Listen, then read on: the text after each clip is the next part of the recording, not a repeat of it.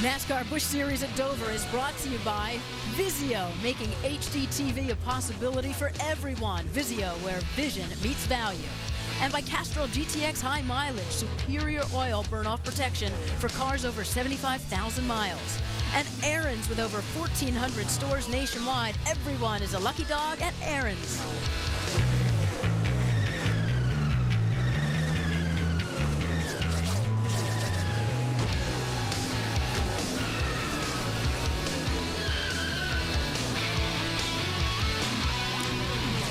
ESPN's coverage of the NASCAR Busch Series comes your way from Dover, Delaware. Count the Monster Mile among the landmarks here in the nation's first state. Dover International Speedway, just up the road from Dover Air Force Base, one of the largest and busiest freight terminals in the world. It's fitting that we have a patriotic feel and a special command from overseas.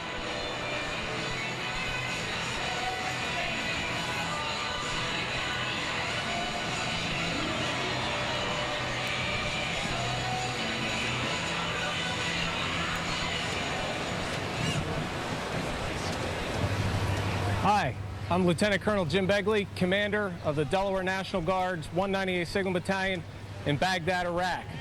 We thank you for all your continued support, and we especially thank you for the privilege of saying, "Gentlemen, start your engines!" Crank them up. Man says fired up. Okay, engine start up. Everything is good. Switches on for roll, red roll.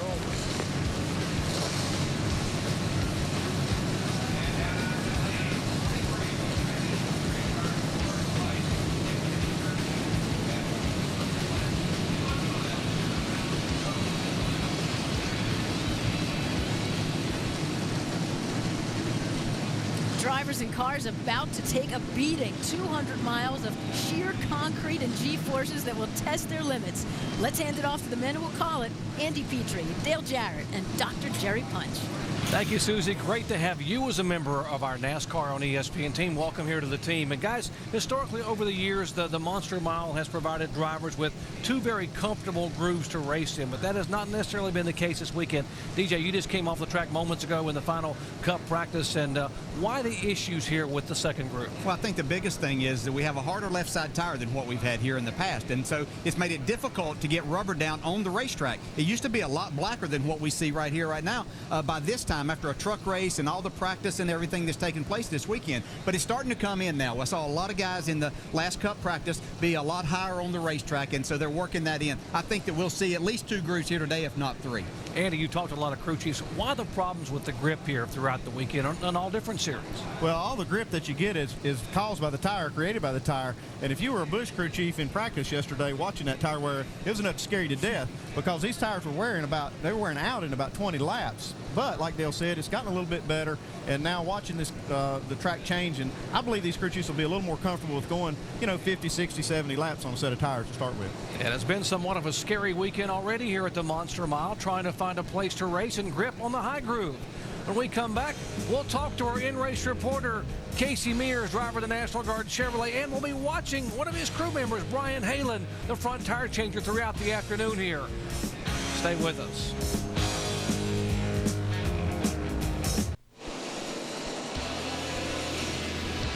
Getting set for 200 miles of NASCAR Busch Series action here at the Monster Mile. The cars are rolling off. It is stop number 14 of 35 on the $50 million NASCAR Busch Series Tour for 2007. You take a look at our ticker across the top of your screen. Starting grid, Denny Hamlin picking up his third pole in the last 4 races, and Scott Wimmer will start on the outside of the front row for the second consecutive week. We will talk to our in-race reporter, driver of the National Guard Chevrolet, Casey Mears, who starts back in ninth spot. Casey Mears, Dale Jarrett, you have a copy? Yeah, 10-4, gotcha. Casey, you were just out in that last Cup practice. How much has the track changed by what you can tell from your final practice in this car yesterday? Well, the track's really starting to rubber up. I think everybody was doing short runs in practice, last couple of days, and wasn't really getting any rubber down the track there at the end of that last practice. The guys did some long runs. Finally got some rubber down, and hopefully help these tires last a little bit longer. All right, Casey, by the way, congratulations on the victory last week. But up until that point in time, you were having more success in the Busch Series. What is it going to take now that you've got that win in the Cup Series? What is it going to take to get a win in this Busch Grand National Series? Well, this National Guard car, man's been running good week in, week out. Real proud of these guys bringing a good race car to the track every week. Running top 5. We just got to, put a full race together. Hopefully not have any issues today. And we got a good, clean race. We got a good race car. I think we can run up front. So we'll see what we can give today. All right, we'll be watching. Good luck. 10-4, thank you. All right, we'll also be visiting with Casey's crew chief, Chad Walter. Hey, Chad, Andy Petrie in the booth. Got a copy? 400 first. I was right around 4,000 second. That's a little bit high. Yeah, Andy, I got you, buddy. Hey, Chad, sorry to step on you guys trying to get your pit road speed, but, NASCAR gave you guys 6 sets of tires. How are you going to manage those things today? Yeah, well, we had just a little bit of a issue with a lot of teams had issues, blistered right rear tires, cording them. And usually Goodyear doesn't give you an extra set in this series unless you need them, so we started managing them yesterday. We just scuffed everything we had, and Casey's feeling pretty good about his 58 Infantry National Guard Chevy, so we'll see what we can do with them. It just all kind of depends on when the first caution comes out, Andy, to answer your question. 10-4, Chad. You guys have a good race. Thanks a lot. All right, guys, and including Casey Mears, we will have 8 high-definition onboard cameras we'll be riding along with today. Mike Wallace starts 18th in the Geico Chevy. Kevin Conway, 23rd in the Z-Line Designs QVC Chevy. Casey Mears, we just heard from. David Gilliland, 31st. The FreeCreditReport.com Ford. The Holiday Inn Chevrolet. Jeff Burton starts back in 15th spot. Jason Leffler's Great Clips Toyota, the 27th. And there's a Carl Edwards, starts 8th in the Dish Network Ford. And, of course, the Aaron's Toyota for David Rudeman starts back in 35th position. DJ, we're rolling the green flag on a very difficult high-banked 1-mile oval. What's going through a driver's mind right now? I think right now they're just thinking about getting their tires up to temperature and how hard these tires are for this racetrack, and just trying to settle into a groove right now. It's going to be important that they just get into their rhythm and know what their race car is going to do here at the beginning.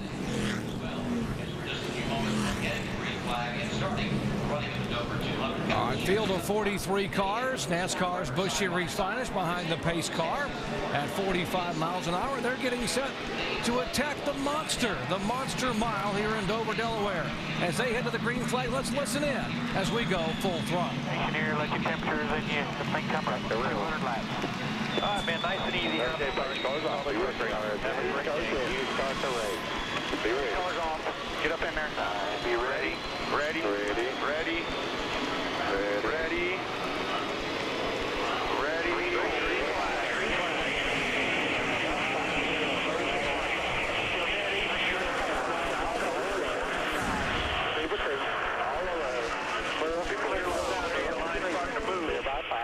There you go. You're clear. Clear. 1.5 laps.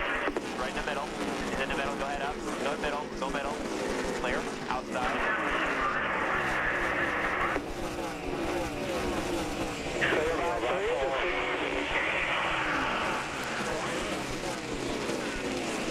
And Denny Hamlin will lead the first time by. Denny Hamlin, who had that great qualifying effort in his Joe Gibbs Chevrolet, leads him down. Scott Wimmer is second. Good run early on. Dave Blaney showing the muscle in the Toyota back in third spot.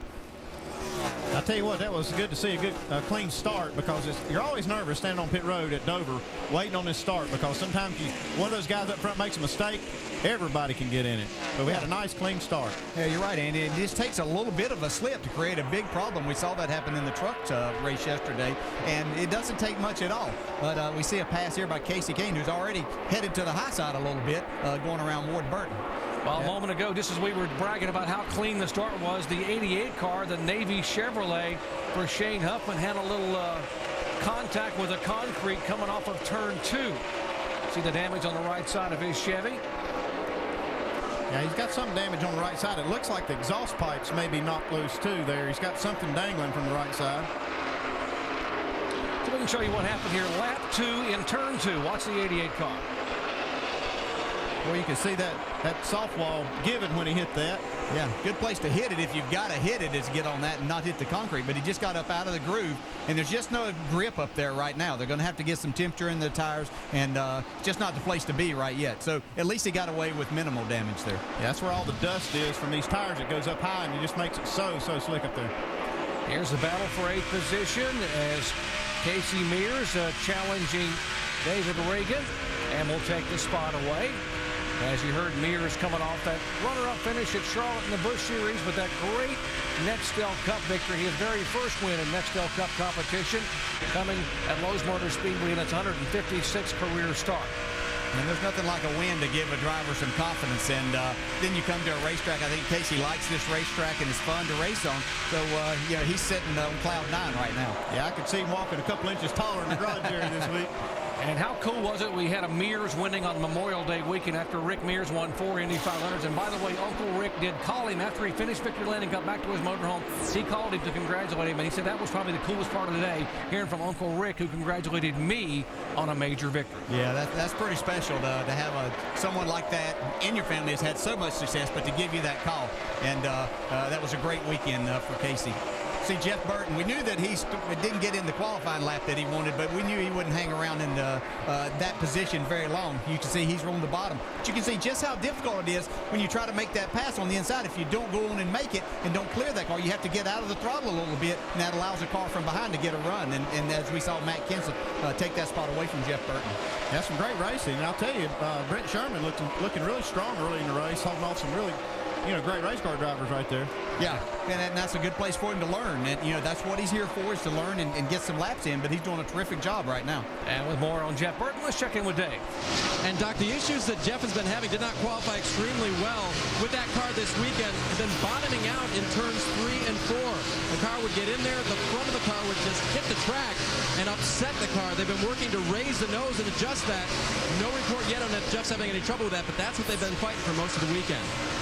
Yeah, I found that same problem in the last practice session, that it's gotten a lot rougher getting down into turn 3 than what it used to be. And you've really got to stay out wide. And even staying out wide, it seems like the left front goes over that. And I was having problems there myself, so I understand what Jeff's talking about. You don't really want to raise your car up, do you, Andy? But sometimes that's what you have to do. No, you really don't want to raise the front of the car up, especially because it just kills your downforce and everything else. But, you cannot hit the racetrack going in, because if you do that, it makes the car shoot right up the track. Oh, we got Brent Sherman in the wall. Yeah, after that great qualifying effort in the Big Lots Chevy, Brent Sherman, who was running in 14th position, has issues. Buddy. Good job saving it. Well, he didn't save all of it. We saw Brent, as we were talking about him, doing a good job there. He was not on the bottom of the track. He was up a lane, and so you get in that position, the car starts to get away from you a little bit. We'll see what happens here. Well, it looks like Matt may have slid up into him just a little bit and ran him out of room. Yeah, that wasn't necessarily Brent's fault there. He was doing what he needed to do. Can't say that's Brent's fault. Yeah, Brent had been running solidly in 14th position, holding off Matt Kenseth and company behind him, and he just couldn't quite hang on there as he got sort of shoved up out of the groove, and Kenseth and Jeff Burton and company go by.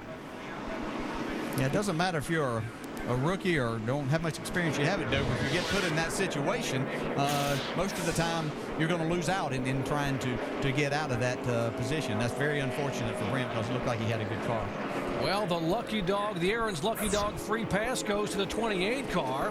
Robert Richardson, who will, as the first car lap down, will get back on the lead lap as we are under yellow for the first time today. That incident there, Sherman taps the outside wall.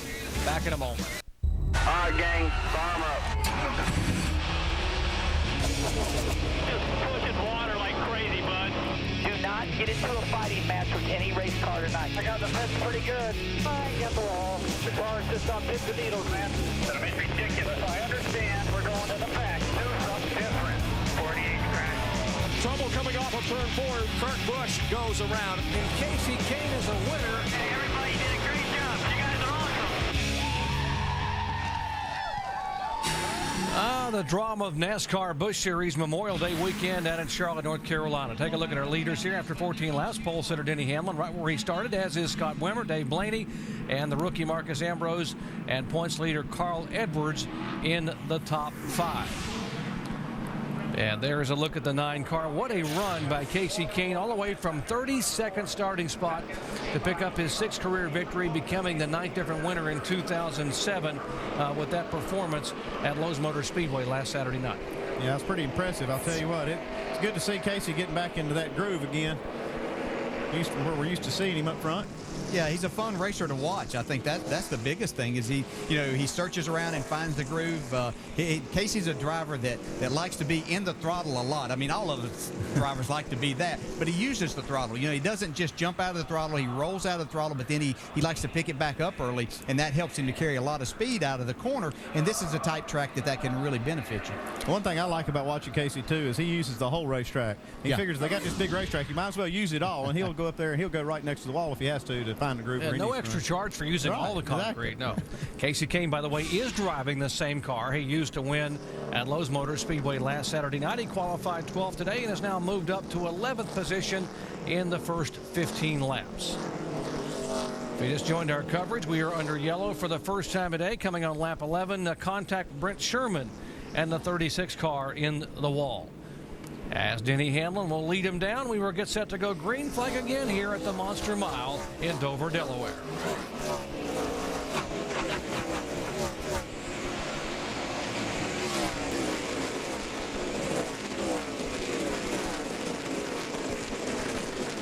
These restarts and going through turns 1 and 2 here are always exciting because you have to go really so fast. You drive down in the corner, you're out of the gas just very little, and you better be back in it because there's going to be somebody that is, and you'll get run over if you're not careful. Denny Hamlin got a great start there.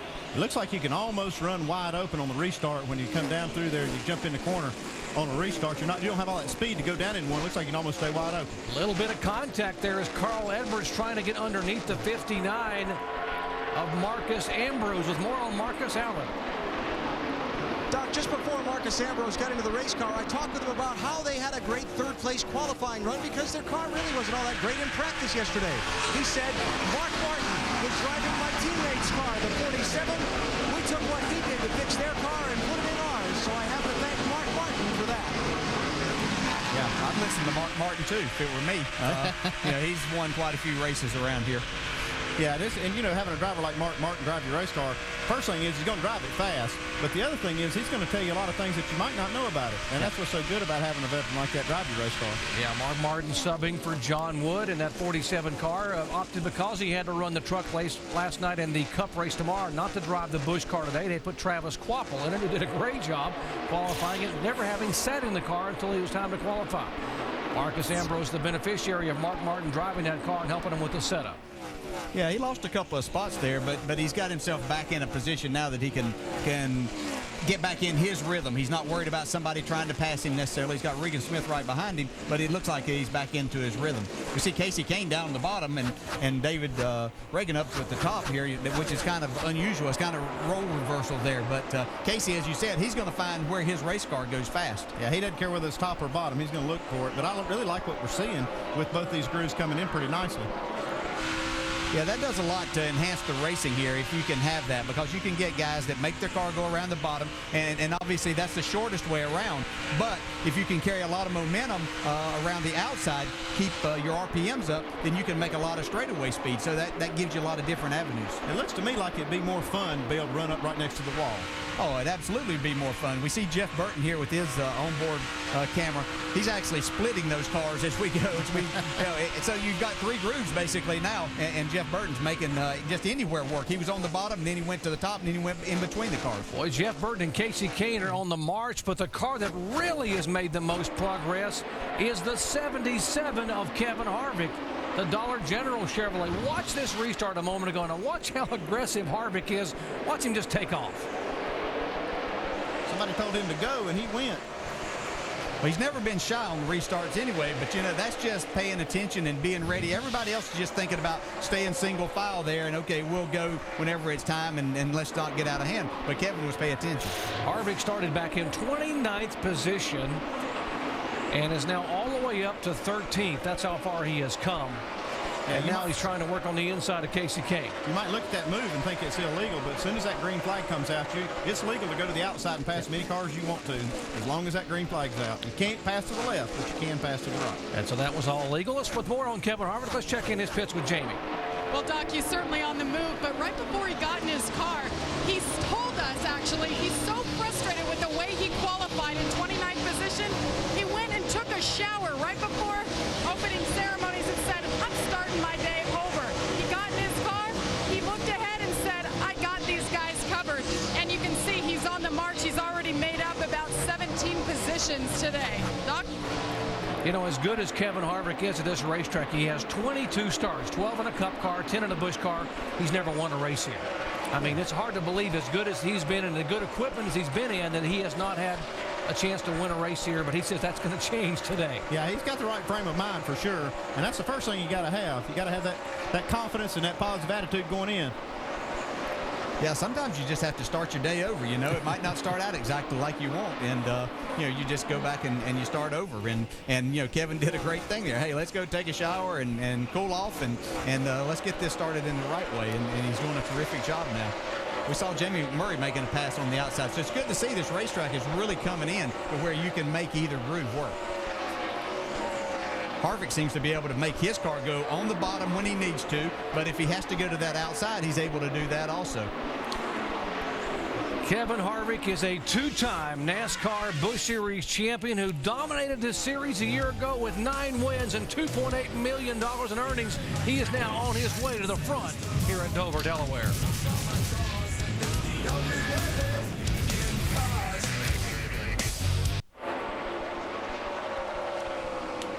Aerial coverage brought to you by Goodyear, helping NASCAR drivers get to the finish line for the past 25 years. 36 of 200 laps completed. Greg Biffle, who started on the outside of row 3, moving up to 3rd place. He's one of those guys that does double duty, runs the Nextel Cup and Busch, especially tough here, but to him, it's worth it. What makes it fun is no pressure. You know, the pressure of the points, the pressure of your job, and all the things are like secondary, you know, because you're not running for a championship, and you're just there to have fun and win. And that's what makes the Busch Series so much fun for me. Biffle, top 10 in his last 4 at Dover with 2 Dover wins, and we are under caution again. Doc? Thank you, Susie. Caution for the second time a day. You can see there damage on the right side of the U.S. Navy Chevrolet. We run over something, or what happened? I don't know. It just shot up the damn racetrack. Shane Huffman had contact. We showed you the contact he had with the turn 2 wall on lap 2, where he bounced off the wall pretty heavily. And now apparently they've lost a right front tire. Let's see if we can see what happened to the 88 car. Yeah, it looks like it just broke loose on him. You know, he had some damage from hitting the wall earlier, and the car probably wasn't driving good. But he's made some good hard contact there. That's going to probably take some attention behind the wall. And with this yellow flag, Kyle Krisolov will be the Aaron's Lucky Dog Free Pass Award winner. He's the first car that's 1 lap down, as there are 29 cars in the lead lap. He will make up that lap and become the 30th car on the lead lap here early on at Dover, Delaware. Andy, we've run almost 40 laps now. What are these guys going to do? It's going to be hard to keep them off pit road, I'll guarantee you that. I would have to think so, too. If I'm the driver, I'm hollering. Well, they're lining up behind Denny Hamlin, who had his hands full because Scott Wimmer was all over the back of Hamlin trying to take the lead. But now they will head down pit road at 35 miles an hour. Kevin Harvick headed down toward you, Jamie Little. Well, he was complaining, Doc, that he was loose in and he was tight up off. Hard to decipher that. Just seeing he's on a roll. He comes in 12th position. He's in his own car, as you guys mentioned, the 77. It's the 3rd time we've seen him in this car this season. He likes to get in there and see where his team stands. He's still looking for his victory in his own car. Let's go to Mike Massara. Dave Blaney complaining the car a little bit tight. They made a chassis adjustment on the right side, 1 round down, and a 4-tire change. Dave? Coming off the corner, Scott Wimmer wants his car to turn a little bit better. They'll reduce the air pressure in the left rear. Lug nuts off on the left rear. Slow stop for Wimmer in the 21. Allen. 4-tire change, just some air pressure adjustments for Denny Hamlin. Pretty smooth race for them so far, and a smooth stop. He held the lead.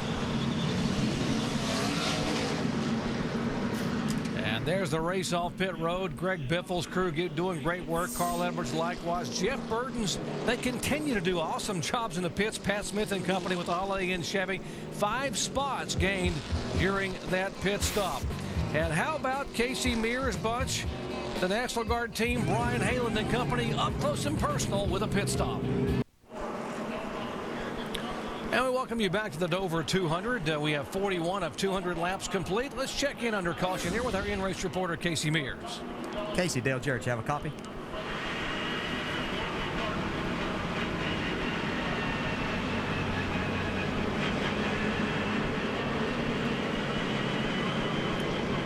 Casey talking to crew chief Chad Walter there.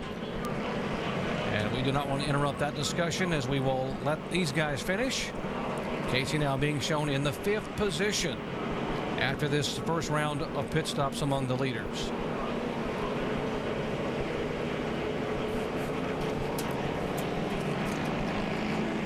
Stop. Casey, Dale Jarrett, you have a copy? Yeah, I got you.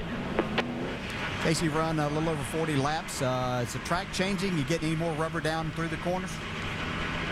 Yeah, it's starting to lay down a little bit more. Second group's coming in. I was a little bit worried about running the top too early, to wear out the tires a little too much. Showing a little force on the right rear, but so the track's coming in. It's going to be a 2-group racetrack here pretty good, just a little bit. And I think we got a car that can maintain up here, or at least go forward a little bit. So we'll see how we do. Looks good. Talk to you later. Hey, Chad, it's Andy up in the booth. How do those tires look down there?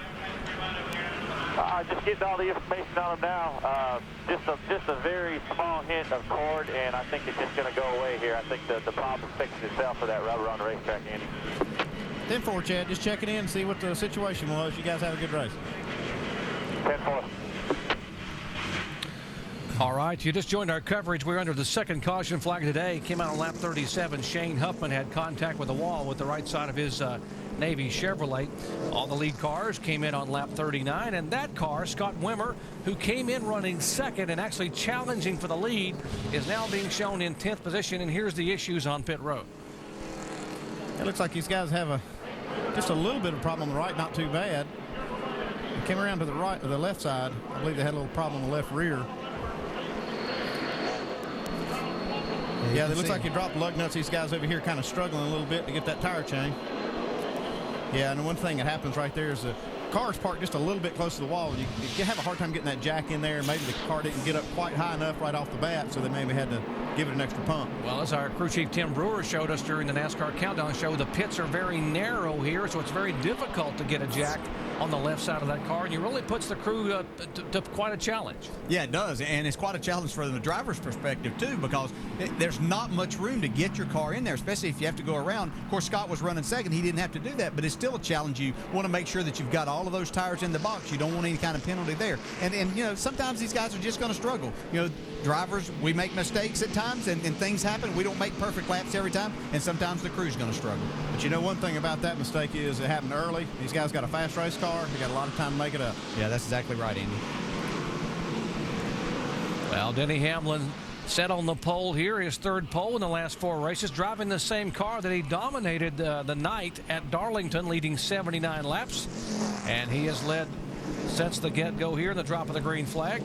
44 of 200 laps complete here. The NASCAR Busch Series first of 2 visits to the high bank concrete monster they call the Monster Mile in Dover, Delaware. I'll tell you, we watched, talked to Denny Hamlin in a qualifying show.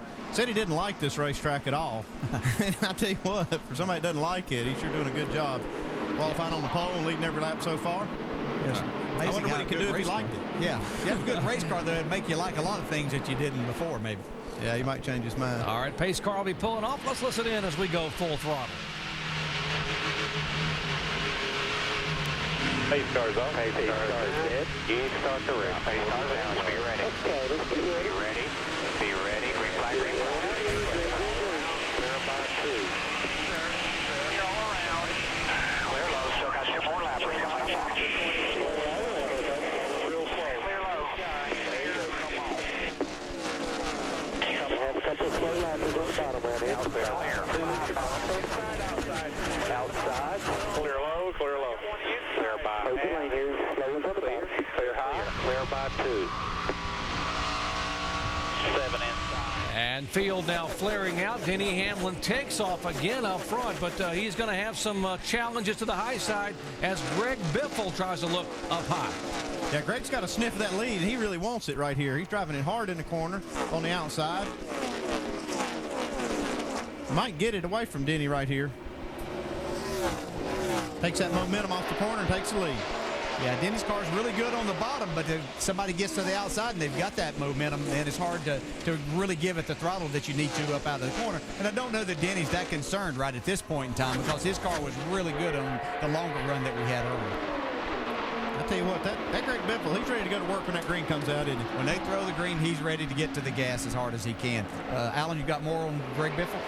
Yeah, DJ, I talked to Greg just before the start of the race, and he told me that on the first run of the race, until they made the first pit stop, he was going to take it kind of easy. Feel his car out, let the crew get a look at that first set of tires that came off the car. That first set of tires looked good, so maybe Greg's going to loosen up on the reins a little bit here. Well, while we were talking about him, he kind of let the 20 car take the lead back from him. Maybe he's just going to, he's kind of proved his car is good. Maybe he's just going to settle in here and just watch the tire wear and kind of take it easy and see if he can stretch this run. Yeah, he may, and I'll offer something else that maybe he may have his car a little bit to the tight side. That allows him to go really hard with those new tires on, and he can go pretty good for a few laps. But as soon as that wears off, then the car starts to push a little bit, and then he's going to fall back. Whereas Denny Hamlin and Carl Edwards look like they really have their cars hooked up on the bottom. They may start out a little bit looser, but in just a couple of laps, they're pretty good. And as you watch Carl Edwards now move in on Denny Hamlin, let's check in. We hear we may have had an injury on pit road. Mike Massaro. That's right, Doc. Pit road certainly a dangerous place, and no different today. The front tire carrier for Brad Keselowski, Bill Mars, was struck in the shin, and get this, by an air wrench. This is the air wrench from David Gilliland's car. It was stuck in the lug nuts, and as Gilliland tore off pit road, it was still affixed to the lug nuts. It actually broke the hose. As the hose whipped down pit road, the wrench went with it and right into Bill Mars' ankle. Or actually, it's his shin, I should say. Doc? That can be very, very dangerous. Those air wrenches weigh a lot. Obviously, all the compression and pressure there. It's unfortunate that the injuries weren't more significant. Here's Carl Edwards now. He will look to the inside on the bottom of the racetrack, and it looks like Denny Hamlin moving up now on the racetrack a little bit, where he was hugging the bottom groove for much of the early part of the race. Yeah, and right now I think that he's just saying, okay, Carl, if you're in that big of a hurry at this point in time, you go ahead and see what you can do out here for a little bit. He knows his car is really good, so I don't think that Denny's in any hurry. Would he be maybe saying, okay, let me let him pass me and see what he's got, see how his car looks while he's out in front of me, and maybe I'll know how to adjust my car for later in the race. You know, it's either that or he very well could be saying, okay, I don't want to show him just how good my race car is right now, because if you go out and, you know, put some distance on these people, they're smart enough, they'll come in here and work on it. Yeah, but if you hang on just a little bit and, you know, don't have to lead every bit of it, then the guys won't work as hard on their cars. Pretty good battle for 10th spot. We told you Scott Wimmer had issues with the left rear tire on pit road. Law cost him 8 spots on that pit stop, and now he's just trying to hang on to 10th. He actually loses the position to the 17 car of Matt Kenseth as they're trying to move in on the 9th place car of Regan Smith. Yeah, Matt's car wasn't quite as good in that first run. I think that we'd heard him talk about that he didn't particularly like his car that much. It looked like they worked on it some, but there again, you see him try to make that move on the inside. Lost a little bit of momentum coming up out of the corner, and Scott Wimmer's there to try to take that spot back. And with more on Scott Wimmer, let's check in with Dave.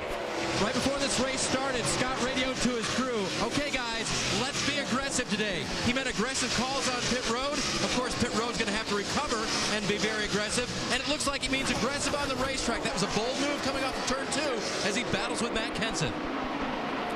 All right, these battles back in the pack. Meanwhile, Carl Edwards, our series points leader, has assumed the point here at Dover, Delaware. Edwards, who experienced his worst finish of the year last week at Lowe's Motor Speedway in 17th spot, but hangs on to the points lead and is the leader here at Dover, Delaware.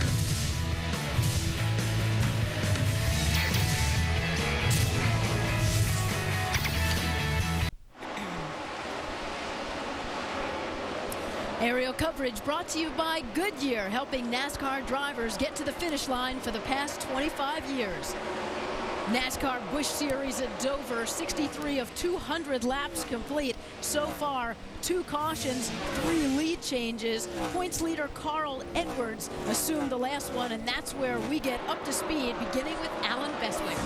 Susie, Carl Edwards, the race leader right now, talking back and forth with his crew chief, Pierre Cattell. He's been running laps a couple tenths of a second faster than the second-place car, and he just asked, how big is my lead? I think he wants to back off and try and save his tires. One thing for sure, there's been no backing off where points are concerned for Carl. We're running this number 60 car, and this whole Ford Fusion team is working the way they are to win this championship. I mean, the last 2 years, I feel like we've been close, and if we would have done things a little bit differently or been a little smarter, we could have won it. But that's what we're doing this year. Carl right now with a massive 423-point lead in the championship, although the next 3 weeks get to be interesting. The Cup and Busch Series races are in separate locations.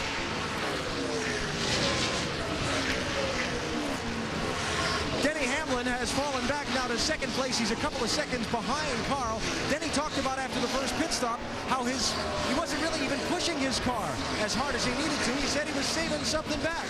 I haven't heard any radio traffic right now from Denny, although he's just been passed by Greg Biffle and fallen back to third place. As for Biffle told me before the race he had a great race car. He didn't think he needed to push it very hard in the opening laps. He loves this racetrack at Dover. What he really needs is to win one of these Busch Series races. He kind of feels like they've been snake bitten by bad luck so far this year. Dave? Last year, Dover International Speedway was very good to Jeff Burton. In his 13th try in the Busch Series, he finally won here. Then in the fall, in his 26th Nextel Cup start, he won the race as well with thunderstorms moving in. Burton right now says his car's a little bit difficult to turn, but once again, he's on track here at Dover. Alan? You heard from Casey Mears crew chief Chad Walter, our in-race reporter, just a few minutes ago about how they had a slight bit of right rear cord showing on their tires. Chad told Casey just before the restart to conserve his car and pace himself this run. Then later on the next pit stop, they'd give him a set of tires on which he could drive like crazy. Susie? Now you're up to speed. Carl Edwards in the number 60 car out front. He said, I think we're all happiest when we're driving. Edwards loved doing that double duty, and he is out front in the NASCAR Busch Series at Dover. We'll be back with more live action right after this.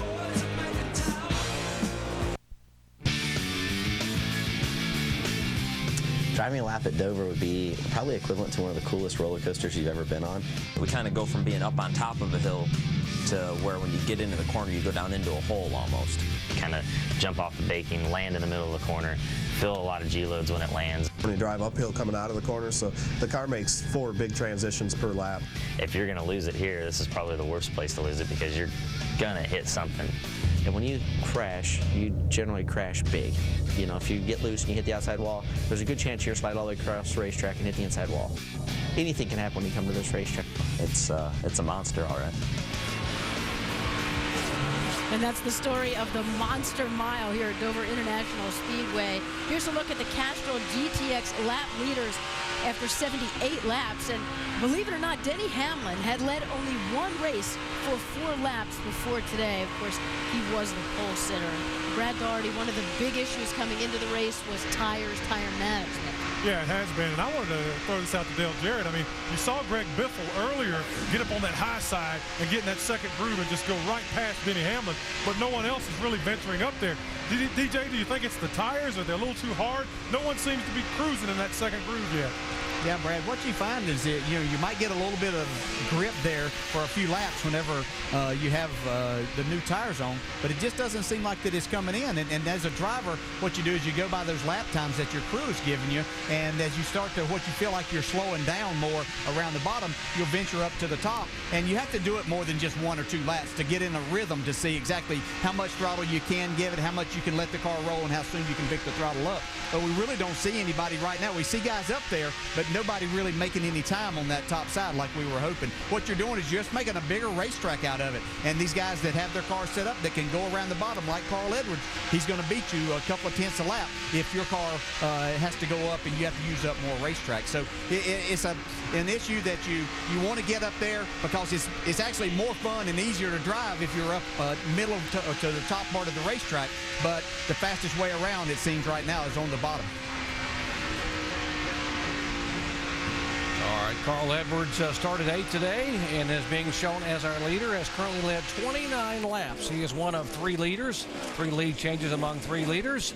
As we check in Carl Edwards pits with Ellen. Yeah, Doc, just want to let you eavesdrop on the conversation between the race-leading driver at speed and his crew down here on pit road.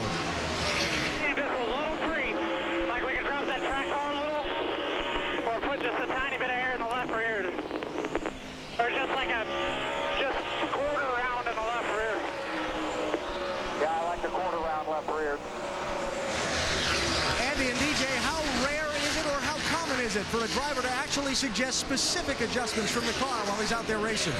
Well, it's not all that rare, but it is a nice thing that the driver has that good a feel for the race car that he's going to call for a change like that. And then, you know, as a crew chief, you may take that and do exactly what he says or even make another suggestion.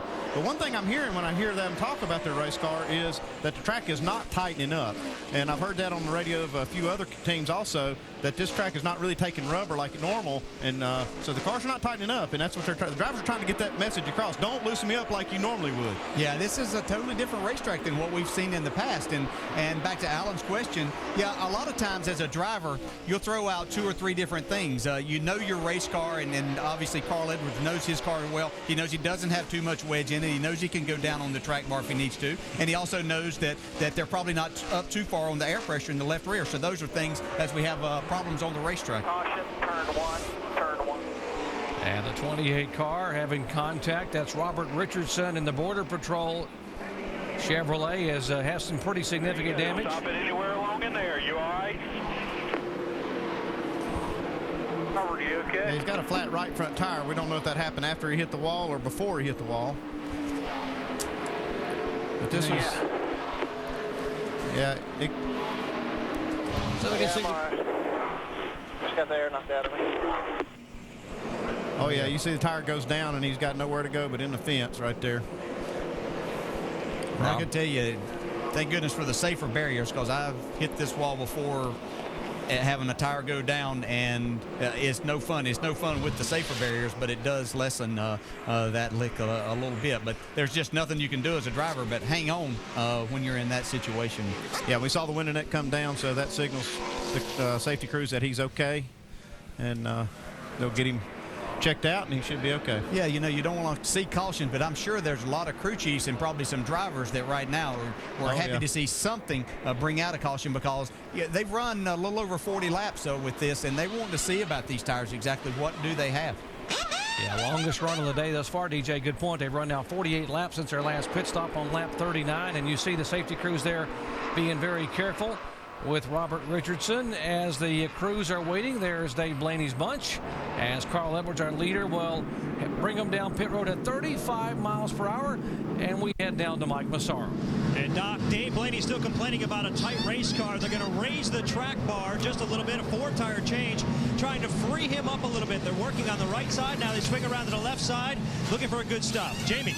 Guys, rookie Regan Smith is in the box. He started 5th. He's been running top 10 the entire race. The team couldn't be more proud of him. 4 tires and fuel. Let's go to Dave.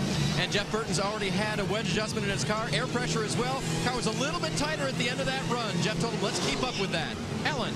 Carl Edwards' crew talking to him about his positioning inside the pit box. Before he came in, they had a little trouble on the rear tires there. Let's see if he holds the lead. And Carl Edwards will indeed hold the lead. Denny Hamlin's crew getting another great pit stop, gained 2 spots. Jeff Burton's bunch lost a spot. Casey King, great effort by the Dodge team, up 6 spots to put him in the top 5. Green flag when we come back. Back here inside the pit studio, the Monster Mile living up to its reputation. 3rd caution, a concrete mile. What does that mean for setup? Well, I heard a great question asked a second ago by a driver. He asked the crew chief, if I can have a quarter round in the right rear. I want to ask Tim Brewer, does a quarter round in the right rear help the race car, or does it just help the driver in between the ears? Well, first of all, the crew chief's going to pass out because he didn't know he had the car that close. But realistically, a quarter of a turn might be maybe 0.2%. But I tell you what, I'd love to know I had a car that good, and congratulations to those guys. DJ, what do you think about a quarter of a turn in the left rear?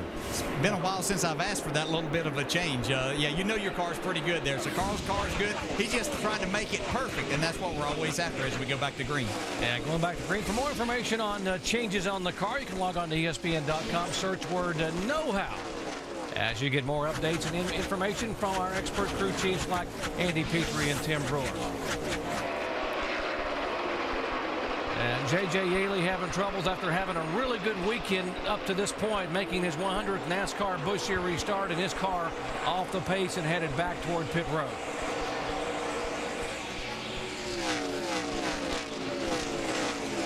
And the 16 car. Temple left rear, I think. I can't tell what you got. Greg Biffle. You don't know, we'll put 4 on it. Biffle, a two-time winner here at Dover, and led 2 laps. Now headed back to pit road for an unscheduled stop due to a flat tire. Yeah, they can't figure out which one it is. If they knew which one, they just get 2. You know which one it is, Greg? Somebody on pit road after 17. Oh, good. I think it's the left rear. The rights look up. Do left then. Do left here. Get on down through it and get left on it. I tell you, that's a risky move. Look at it here. Headed down to you, Alan Bestwick. They can hear the radio traffic. They've been trying to determine which tire it is, because if he knows it's the right side, maybe they can just change 2 and not go as many laps down as they're going to by having to change 4. The pit road speed here at Dover is kind of slow, so by the time you come all the way down the pit road, then make the tire change, and you see they've had to do all 4. Boy, he's lost a lot of ground as the leader goes ripping by him again. Yeah, the pit road speed just 35 miles an hour. It seemed like an eternity, him trying to bring that car down pit road. Yeah, I'll tell you what, if you don't know which tire's down, it's best just to say, change 4 tires, be done with it, because if you don't hit it that first time, I mean, you just dig a hole you can't get out of by having to pit again. Yeah, and, those guys couldn't quite tell which one it was. Still probably don't know till they check the air in. Yeah, and now the issue is, I think you only had 3 sets behind the wall. You just put another set on, and you better be checking those out to see if you can get at least salvage 3 of them anyway. That's right. You want to make sure that you don't throw anything away that's still got rubber on it. And as a driver, that's so difficult to determine which one of those is. I mean, either one of the rear tires going down is going to give you a feeling of the car being loose. So it's hard to differentiate between that sometimes, especially at a racetrack like this, where you have that feeling, a little bit of a loose feeling anyway on the restart. Carl Edwards has led twice today here for 43 laps. Now, you talk about a guy who knows concrete. Now, Carl Edwards has won both of his races this year on the concrete at Bristol and Nashville, and led the most laps in both those races. So he understands what it takes to get around a concrete racetrack.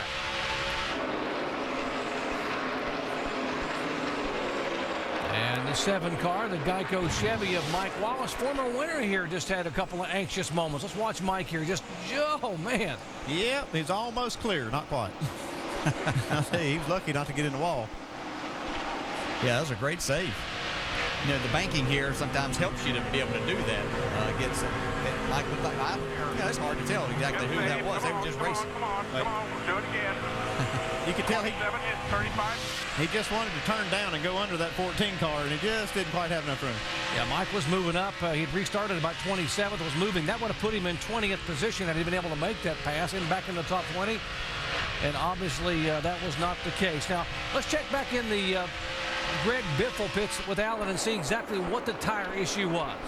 Just very quickly, Doc, the follow-up. There it is. He ran over something on the racetrack, a cut right rear.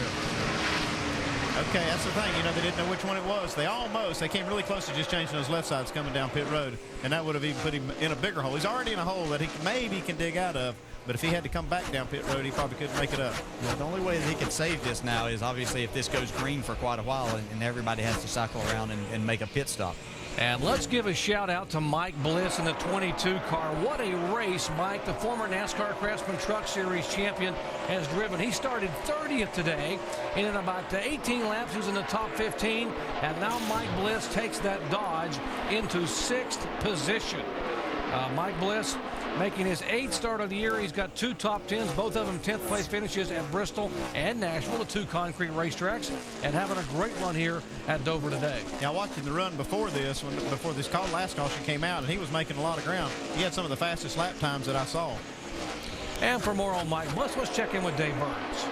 And Doc, he's just flat driving it. They have gone a little bit tight at one run. They go a little bit loose one run. So the car has responded to the changes the crew's made. But Mike just driving it and very comfortable at this racetrack this weekend. Finished 5th yesterday in a Craftsman Truck Series race. And he'll also race tomorrow, the Nextel Cup race. So a big weekend for Mike Bliss in this 22 car. And Mike Bliss is showing that it pays to be aggressive here because he is driving that car owned by Armando Fitz toward the top 5. As we continue under green here, 2 laps away from halfway point. Carl Edwards, the points leader, is also our race leader here at the Monster Mile. Jeff Burton is on pit road here at Dover on lap 98. He said this car is tight on lap 103. He said this car just went sideways loose. And on lap 108, he said it drove straight in turn 3 when he tried to drive it in the corner. He thinks he has a tire going down. They will change all 4. Jeff leaves pit road. Susie Culver. Dave, from the Holiday Inn car to the Holiday Inn race rundown, the Monster Mile, they call it a thinking man's track, mentally and physically demanding. Kevin Harvick started 29th, moved up to 14th by lap 17. How about this move? Well, he's just being very aggressive, obviously, and he's on the outside, taking a chance of getting up in that upper groove, picking up spaces, which you have to pass to the right on a restart, but Kevin, very aggressive. One of the things we were going to watch, pit road, and Scott Wimmer paid the price. Well, I tell you, Scott Wimmer having a great run going along today, and then he has this lug nut problem. It puts him in the back of the pack. I still think he can make his way back up through the field. He's got a great race car. Points leader Carl Edwards started 8th, moving up through the field, took the lead on lap 56. Well, Carl looks really comfortable in that race car. He's run high, he's run low, he's got out front, and he's just stretching his legs right now riding. Car looks about as close to perfect as you can get. 5 lead changes, 4 leaders, 3 cautions as we get you up to speed, beginning with Alan Bestwick. Well, Susie, let's talk about that leader, Carl Edwards. After they made some adjustments on his last pit stop, he said the car, this was the guy that was leading now before the stop, he said the car's way better off the corner. He loves the track. He's got a good car. You think he's having fun this afternoon? Yeah. Dave? Scott Wimmer has passed cars to get back up to the position he was running in earlier when he came on pit road and lost all that track position. That's second place. The car during the last run was just a little bit loose in the corners, but okay to the point where he said, make no changes, just give me 4 fresh tires. Alan. Denny Hamlin started on pole, led all but one of the first 53 laps of this race, but now he's been shuffled back to 3rd. Despite a couple of adjustments on the 2 pit stops, they can't get the front grip on his car to his liking. They're still trying to adjust on that in the remaining laps. Dave? Mike Bliss, this will be his, I believe it's his 8th start in the Busch Series for the Fitz Racing people today. And if everyone was wondering which car he's driving in the Cup race tomorrow, he's not. And I made a mistake, and he won't be in the Cup race. This will be the swan song for Mike Bliss this weekend, and running great in that 22 car to round out his weekend. Mike. It's been an uphill battle for the 17 team all weekend long. First, they've got a sick driver, and they've had an ill-handling race car. It was hopping all over the racetrack during practice, so much that they had to put the Cup Series setup in it. Give it to the captain of the team, though. They've charged from 19th all the way to 6th. Alan? Casey Kane's pit crew have been the stars of the day for him so far. They gained 6 spots on pit road on the first stop, 5 spots on pit road on the next stop, and they're going to get another chance right now because the caution's out. And caution being shown on the racetrack here for the 4th time today at Dover, Delaware. As you take a look at the yellow flag being waved by Kevin Moss. And we will slow down and here on lap 117. As Carl Edwards continues to lead, and a tough break for a couple of guys. There's debris on the racetrack. We've already seen 2 drivers come on the pit road because of cut tires. We saw Greg Biffle come in on lap 94 and lost a couple laps, changing a right rear. And just a few laps ago, lap 109, the 29 car of Jeff Burton, who was running 4th at the time, comes in likewise with a cut tire. Yeah, that's why NASCAR is not taking any chances when they see debris out there, because you don't want to see one of these guys cut one of the right fronts down and hit that wall. We've already seen how hard these cars can hit. So that's probably a really good move on NASCAR's part to make sure they get that off of there. The only problem is this is going to use up another set of tires for these guys, and they just don't have that many sets sitting in the pits. It's going to be time to start thinking about whether we ought to pit or not, whether we ought to save a set of tires. Yeah, it looks like these guys are coming in. They're going to get, I think this will be their 3rd, and they should have one more after that. So it's coming right at the perfect time almost for these guys. Yeah, it should work out okay, but it sure does get them thinking. All right, pit stops, Mike Massaro. And Doc Matkins is saying he's way too loose on entry. Can't really get in the gas the way he wants to. They're going to try to tighten him up with an air pressure adjustment and a 4-tire change. Jamie? Juan Pablo Montoya saying he's loose in and been tight in the center all day. They went down on the track bar and a little bit of air out of that left rear, so the car is so unpredictable. Dave? Little tight at the end of the run for Scott Wimber. No big deal, said the driver. Air pressure lowered in the left side tires and slow on the left rear again. Alan. Going to be a tight race off of pit road. Carl Edwards is not going to hold the lead this time. A 4-tire change there and a bag of ice into the cockpit for the driver's comfort. All right, do you see how tight the pits are here? The pitfalls of tight pits at Dover, Delaware. Back with the green flag at the Monster Mile in just a moment.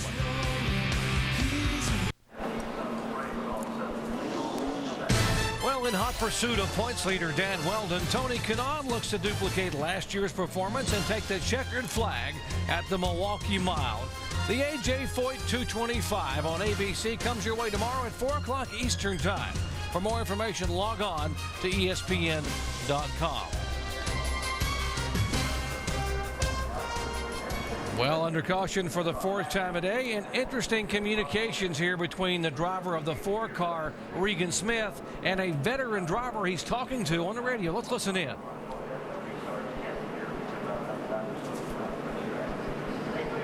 On in, even back in the corner up, I tried a couple different ways of getting in there, but when I get tight, it's just like I go up the racetrack just enough to make it not work.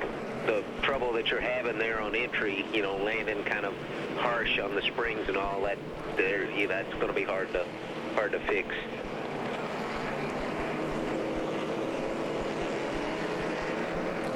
Of course, that was Mark Martin. Great to have someone like Mark Martin to talk to you on the radio who can watch the car enter and exit the corner, guys, and be able to know what the car's doing and be able to give that kind of input to a young driver. Yeah, that's just invaluable. Regan Smith's got himself in a nice spot to have a good race team behind him, and then a mentor like Mark Martin helping him at these places as he tries to get that experience. And some things that you're feeling in the car, sometimes someone can see things from the outside and they can understand that or tell you exactly what your car is doing, and makes you understand it a little bit more about why you're not able to do what you're trying to. And having somebody like Mark Martin on the other end, you got confidence what he's saying is true, too. Absolutely. So. We asked Regan Smith, how is it to be able to know that you're not only sharing a car, but you're learning from one of the best in the business, Mark Martin?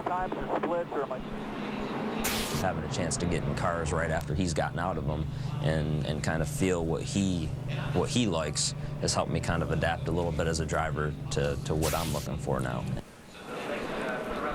I mean, you talked about it being invaluable, but how about having Mark Martin get in the car and drive it, and then you jump in and say, wow, this is what it's supposed to feel like?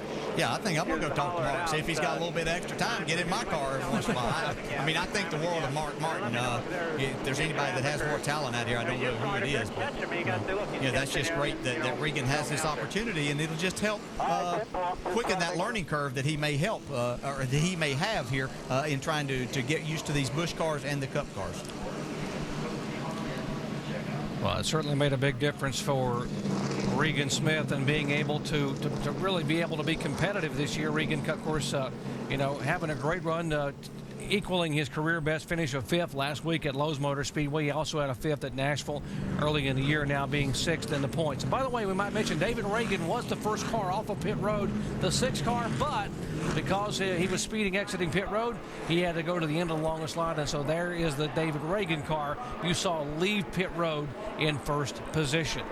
As the field lines up behind the pace car, we have completed 122 of 200 laps. As we get set to go green, let's listen in as we go full throttle. All right, be ready, bud. We'll look something up high here. You can go low and start finish line, whatever you need to do. Just be ready. Hey, stars off. Hey, stars in. Let's be ready. Tighten up now. Be ready. Be ready. Great. Come on. Still outside. Still inside. Still there. Back 27. That starts to be bottom. Another one coming. Still up there. Still clear all around. One more here. 2 wide. Still outside of you. Still outside. Clear. Clear. Clear low if you need it. Clear low, clear low, clear low, clear, clear. By one, nice. Stay down, keep rolling, keep rolling, keep rolling. Whoa, trouble. A 7 car is sideways. That's a heavy contact with the back of the car, the Geico Chevy, and we got 3 cars spinning. There's the 6 car. David Ragan goes down on the inside in the grassy area. And, significant damage there for the Robert Yates car of Stephen Light, who had that great run a week ago at Lowe's Motor Speedway. Yeah, that's one of the problems with this racetrack. It's banked all the way around, and it's just hardly anywhere to go when you got a wreck in front of you, and all these cars start sliding down the hill. So caution coming out for the 5th time today here. And there's the damage on the right side of David Ragan's car. Yeah, that just proves how you can't make mistakes because, and you know, we've all done it, but he got a speeding on pit road penalty that put him at the back of the pack. Otherwise, he wouldn't have been in that position to be a part of that accident. So, yeah, it's so crucial. We talk about it all the time, just mistake-free if you can do that. Yeah, because sometimes they get amplified. A mistake can, like he just had on pit road, seems kind of innocent, have to go to the back of the line to start the race, but puts him back there in a really vulnerable position to get in a wreck. Yeah, watch the top of your screen here. There's a 7 car bouncing off, and then watching these guys trying to avoid him as he's just trying to get the car slowed down but can't get it to stop. Yeah, this all started off of turn 4, which is very difficult in these restarts, and it just continued all the way down into turn 1. All these guys just looking for a place to go. Can't quite get out of the way quick enough.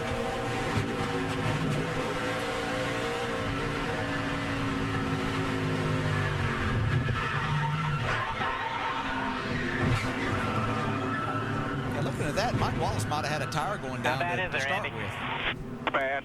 It hit the rear clip. Yeah, watch from the roof camera the 25 car David Gillen. It's like Mike Wallace got into his nephew just a little bit. Outside, outside, outside. Reach yourself, watch yourself. Good job. Caution's out. Caution number 5 of the day involving 3 cars. Back with the restart in just a moment. Aerial coverage brought to you by Goodyear, helping NASCAR drivers get to the finish line for the past 25 years. And from high above, we can see that the monster is having its way. 5th caution was out. This time, red flag. Drivers are stopped on the track. At this point in the race, lap 124, when this red flag came out. Yeah. What's happened in terms of drivers and maybe even exhaustion? We talked about how demanding mentally and physically. Well, you know what, Susie? I think because they've run single file most of the day, I don't think the drivers are wore out.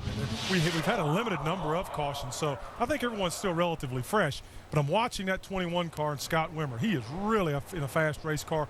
Mike Bliss is having a great run. The obvious guys, you know, the Carl Edwardses and the Denny Hamlins are up front. But these guys are inching towards that front. If we can get a long green lap finish, I think we're going to see a great race to the end. What makes a difference in the way Carl Edwards is driving this track? Well, Carl's just so smooth, and he made the adjustment on his race car he called for, as we made fun of a little while back on that quarter in the left rear. But his car is so smooth throughout the corners, and he's just not overdriving the car. Same with Denny Hamlin. But I'm telling you, Scott Wimmer is coming, and Mike Bliss is driving the wheels off his race car. Oh, to share more, let's go down to Tim Brewer at the Chevy Cutaway car. Tim?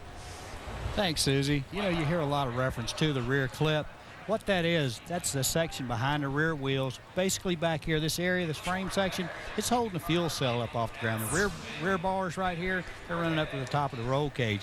But we can clip this thing in different sections. You can clip it right along this area right here, but in the case of Mike Wallace, when it needs a full rear clip, you're talking about moving up in front of the spring towers all the way up here to the battery box right behind the roll cage. And when you got to clip them that heavy, they've had a terrible impact back there, and it's really a lot of damage, a lot of repair work, a lot of sheet metal damage involved. And you know, maybe we'll get into the front clips later today. Back to Mike Massaro now. Tim, when we just showed the replay of that accident, one guy who was really interested was Mike Wallace. His eyes were glued to our monitor. What'd you see? I was cleared by the spotter, and I come up, and unfortunately, darn, there was a lap car that just trying to, I guess he slid up down there in the corner. But I started to come up, and he had his nose up to our right rear quarter panel, and unfortunately turned us in the wall. And I guess when it did that, it broke a track bar or something like that. It's very unfortunate. The Geico Chevrolet was running fairly well today. Just trying to make a little move on that restart, get under and past the 4 car. It looked like we had done that, and got slowed up just a little bit on the bottom and coming to the top. And it's a shame. It tore up a lot of good race cars. Unfortunate for all those guys behind us and ourselves. And just wish it wouldn't have happened. But hey, help me out, everybody. Call Geico. You can save 15% on your car insurance. We're definitely going to need it today. So, unfortunately, nobody's going to insure that car now. Dave? And the 21 crew looking for a little pit road insurance, I think, at this point. Champion crew chief Shane Wilson. With a team that a few races ago, you guys decided to go with a kind of an all-developmental crew for the over-the-wall bunch here. What's going on today, Shane? Well, we're just, not having a real good day, but, that's, the pressure's on. We're running up front, and they're getting to feel some pressure, and, they just had a couple little miscues, but this is how you get better, and this is why we had to do it. And, today it's frustrating when you got a car as good as we do, but, we had to do it sometime, and we all decided to do it, and we just got to grind it out here. Is there anything procedural? Are the lug nuts popping off because of when they were glued or anything like that? Anything like that going on? No, it's just the pressure of the situation. We practice it, but you can't simulate here, and that's why we did it. But hopefully they'll get it straightened out, and we'll just keep on working on it. Shane's driver Scott Wimmer says, "Hey, I can pass these guys. We got a fast race car, and we've seen it already today." Jerry. All right, thank you, Dave. You hear all the jet dryers in the background trying to blow the track off, and while we are still under red, let's check in with our in-race reporter, Casey Mears, who currently sits in 6th position. Casey, Dale Jarrett, you have a copy? Yeah, I got you. Hey, man, I know it's hot in there sitting there right now, but you're sitting in 6th spot. Looks like you have a pretty good car. Do you think you have anything for Carl Edwards and Denny Hamlin? I think we got a really good car, and if we could just get up there, we'd be fine. A little bit tough getting by these guys. Everybody's running, a lot of the same lap times here. And had a little trouble on a stop back there. Other than that, the guys been doing excellent all day long. We'll see what we can do. Man, if we could just get up there, I think we'd have something for them, but we need to get there first. All right, once again, you seeing any change in the racetrack, or is that bottom groove still the way to go, or have you ventured up top to see how that's working out? Been running up top a little bit after the tires wear off, keep my momentum up. The track seems to be getting a little bit tighter, so we're chasing that just a tick, but all in all, pretty good here. Just got to get back up to the front. Good luck with that. All right, let's check in with his crew chief, Chad Walter, and see how his race has been going from the pits. Hey, Chad Walters, Andy Petrie, you got a copy? Yes, sir. Hey, Chad. We got about 73 laps to go. Can you guys make it all the way on fuel and tires? Well, we're definitely good to go on fuel. We still have one set of tires here, and I'm hoping some of these guys have used up their stuff. So we took it easy in practice yesterday to have this extra set for the end of the race. And if it comes down to it, I'm going to use them. There's nothing we can do with them after today. Yeah, that'll probably be a great big advantage for you if you happen to get a caution in the right place. But if it does go green, you think that the tires will go that long? Well, knock on wood, we don't have any more troubles, but it doesn't really seem like all these cars can go that long. So I got a feeling there's going to be a caution or two left before the end of this race, Andy. Yeah, it does look like that. You guys have a good race, Chad. Thanks. All right. 10-4, thank you. All right, Chad Walters calling the shots for Casey Mears back in 6 spots. Are all still chasing Carl Edwards. Green flag when we come back. Back at Dover, Delaware, 20 cars are on the lead lap. Carl Edwards, Denny Hamlin, Casey Kane, Jason Leffler, and Mike Bliss in the top 5. Getting set for the restart here as we listen in and go full throttle.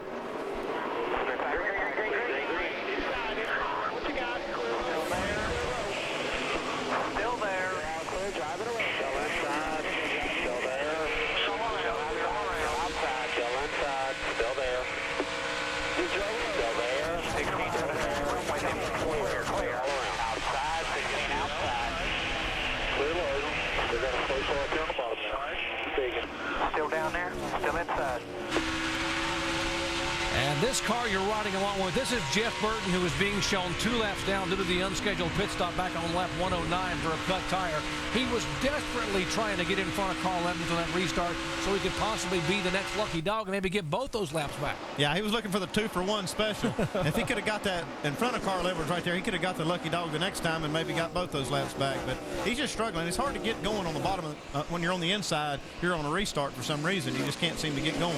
Yeah, I think some of it has to do with obviously the concrete and trying to get your tires hooked up to that. And the other is the banking on the racetrack. Makes it difficult, I think, on the front stretch there to really get in the gas like the guy on the outside. And for more on Jeff Burton, let's check in his pits with Dave. And one of the reasons why he'd like to get back on the lead lap, his car is back. It feels pretty good underneath, and crew chief Pat Smith confirmed that the car is okay, and they didn't find any tires that were reduced in air pressure when he came on pit road for that stop. So something funny going on, but at the moment, Jeff's race car is back.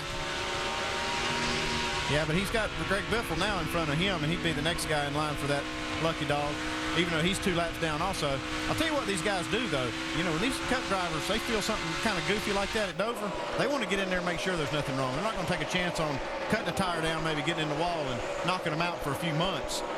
Yeah, and while you watch this battle here is a 17 car trying to hang on Matt Kenseth. Mike Massaro is caught up with Stephen Light. And you can visibly see the distress on Stephen Light's face, Doc. Obviously upset about what transpired on the racetrack. What happened? I don't know. I never did see the replay, but from what I knew, the 6 car was quite a bit back coming off of 4, and we just restarted. All the lap cars on the bottom were packing everybody in there tight on the top. And everybody on the front stretch had slowed down before we even got to the finish line. Everybody had slowed down when we got into turn 1 because everybody could see the 7 car was wrecking. The 6 car apparently decided he was going to pass everybody in 1 lap. And I guess I don't know. I guess that's why he's got a rookie stripe on there. But the City Financial team has done a great job all weekend, man. We had a great car. They worked their butts off. I think we were up to like 13th there that one run, and we struggled early on in the race and got it better about halfway, and we started making a charge towards the front and just sitting there waiting, and just unfortunate, it was some more bad luck. Well, guys, obviously Stephen Light upset with David Ragan, but for the record, Ragan came over before our interview and apologized to Stephen Light. Yeah, we have been told that David Ragan, the driver of the 6 car, who did apologize, by the way, has been called on the NASCAR truck along with his spotter and crew chief after the race for a consultation. Yeah, you make a mistake like that, and NASCAR wants to pull you in there and kind of point it out to you and tell you how to avoid it in the future. And it didn't look like Stephen Light was too happy with him about it. No, and that's unfortunate. You know, it's unfortunate for all of those guys that were involved there. But, you know, until that caution comes out, I guess you keep racing. Even though you see a guy struggling there, a lot of guys will back out. And I'm sure that it's a lesson for David that he will take and move forward with that. And, you know, the next time the caution comes out or he sees a situation like that, he'll be better served, and he'll know that backing out is the better thing to do. As we have a battle for 5th here now, here comes Scott Wimmer again. We've talked a lot about him all day long. And even though his pit crew a couple of times has put him in the hole, he keeps battling back. And Dave Burns, a 21 car, just keeps somehow finding his way back into the top 5. And that is a car that Richard Childress Racing believes can win the race today. And so, therefore, they have moved the crew of Jeff Burton into the pit stall of Scott Wimmer. The 29 crew is now standing around waiting for the next time they might have an opportunity to pit the 21 car and keep Scott Wimmer in contention for the win. Big move team-wise down here on pit road. Yeah, Dave, I'll tell you what, this 21 car, I've been watching him all day. He's got the best car. He does. He's run the fastest lap times all day. They've given up these spots in the pits.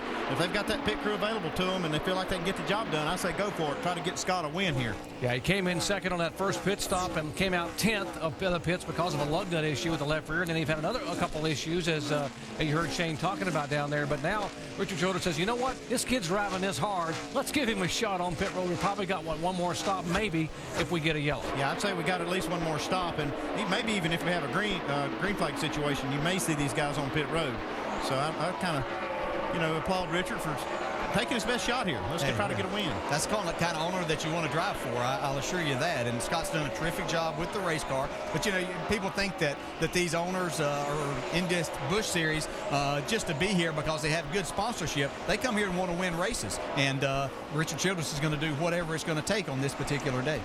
Scott Wimmer's very first NASCAR Busch Series win came here at this racetrack in the fall of 2002 in his 63rd start. Yeah, we're seeing Juan Pablo Montoya there in the 42 car, and his first time to Dover. And this is, I can't express enough how different a racetrack this is with the concrete surface and how much you fall off into the corners and drive uphill off the corners, and how much the car changes from getting down into the corner to what it does off the corner. We see that he's picked up 10 spots from where he started in 24th today, but he's just doing a terrific job. I mean, this gentleman has a lot of talent. You know, we had a lot of questions about what would he do when he came to the Busch Series and into the Cup Series, but I think he's answered all of those. Well, he sure had a steep learning curve. He comes out of these open wheel cars, comes in, now he's going to learn how to drive stock cars. Oh yeah, but we're going to run his car tomorrow too, and we're going to run these concrete tracks, and we're going to, you know, it's a lot of different things they're throwing at this guy in one season, and he's doing a great job, and his learning curve is steep. And how about the efforts of Kevin Harvick, and starting way back after a frustrating qualifying run in the 77 car. He started back in 29th position, and Jamie Little, Kevin Harvick has driven that car straight into the top 10. Well, he sure has. You know, DJ was just talking about how bad a team owner in the Busch Series, Richard Childress, wants to win. Well, Kevin Harvick wants to win just as bad for his own team. Right now, you're looking on your left side of your screen, Bobby Labonte. He's a part-time driver for Kevin Harvick, and if you remember back just a few races ago at Talladega, Bobby Labonte drove his 77 car to victory lane. Now, if you look just past him about 3 people, you'll see Curtis Davis. He's one of the young guns. He'll be in the car next weekend. So you ask why so many different drivers?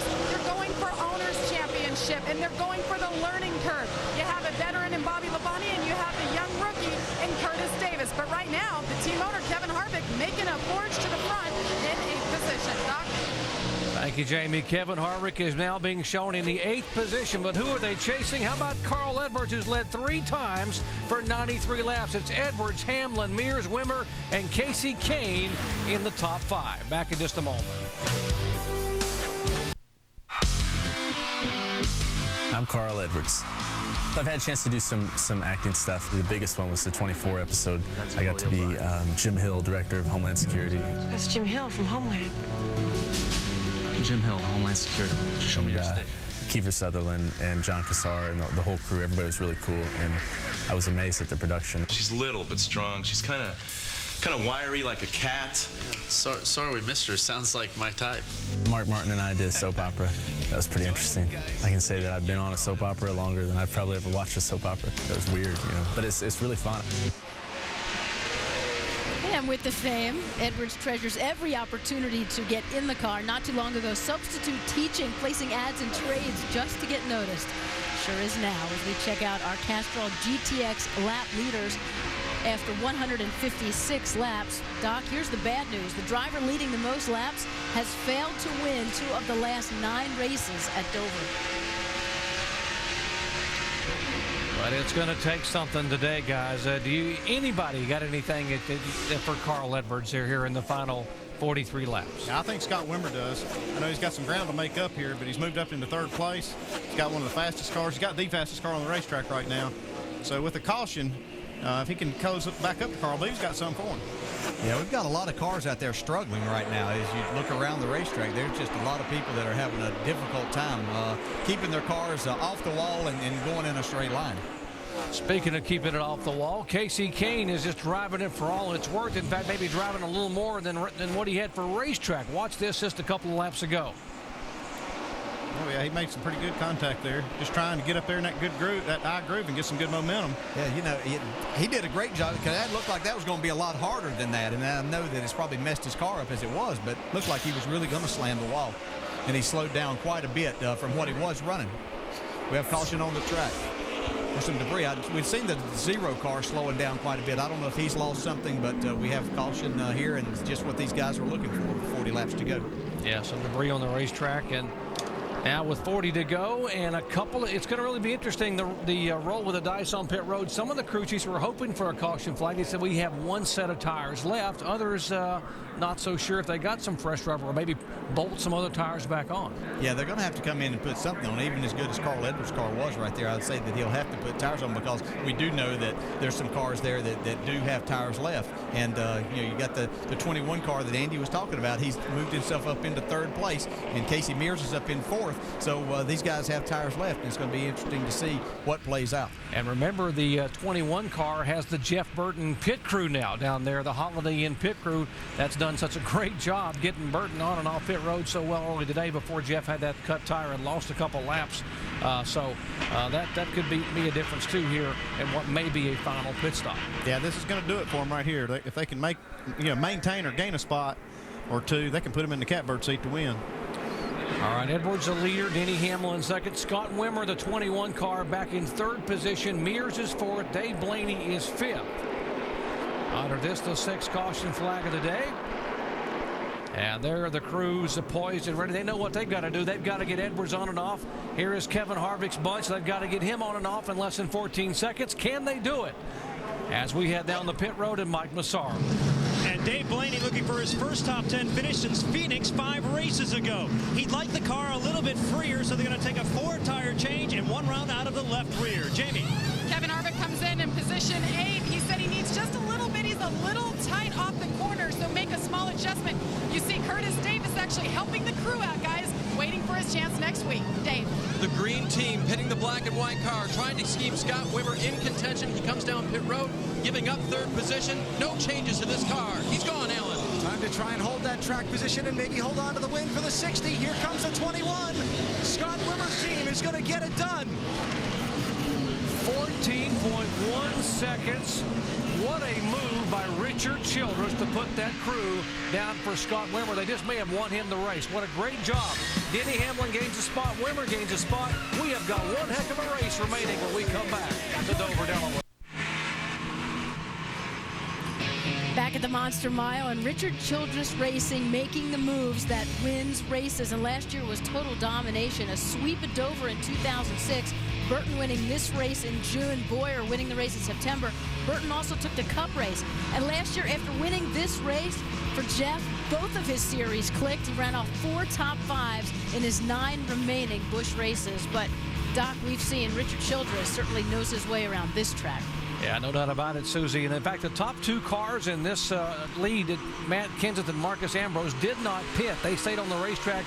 Denny Hamlin, Wimmer, Edwards, and all those 3rd, 4th, and 5th did come on the pit road as the green flag waves again. We have got a shootout at Dover, Delaware, the Monster Mile, with 36 laps to go. This is going to be fun, but we see Denny Hamlin not wasting any time in going by Marcus Ambrose there.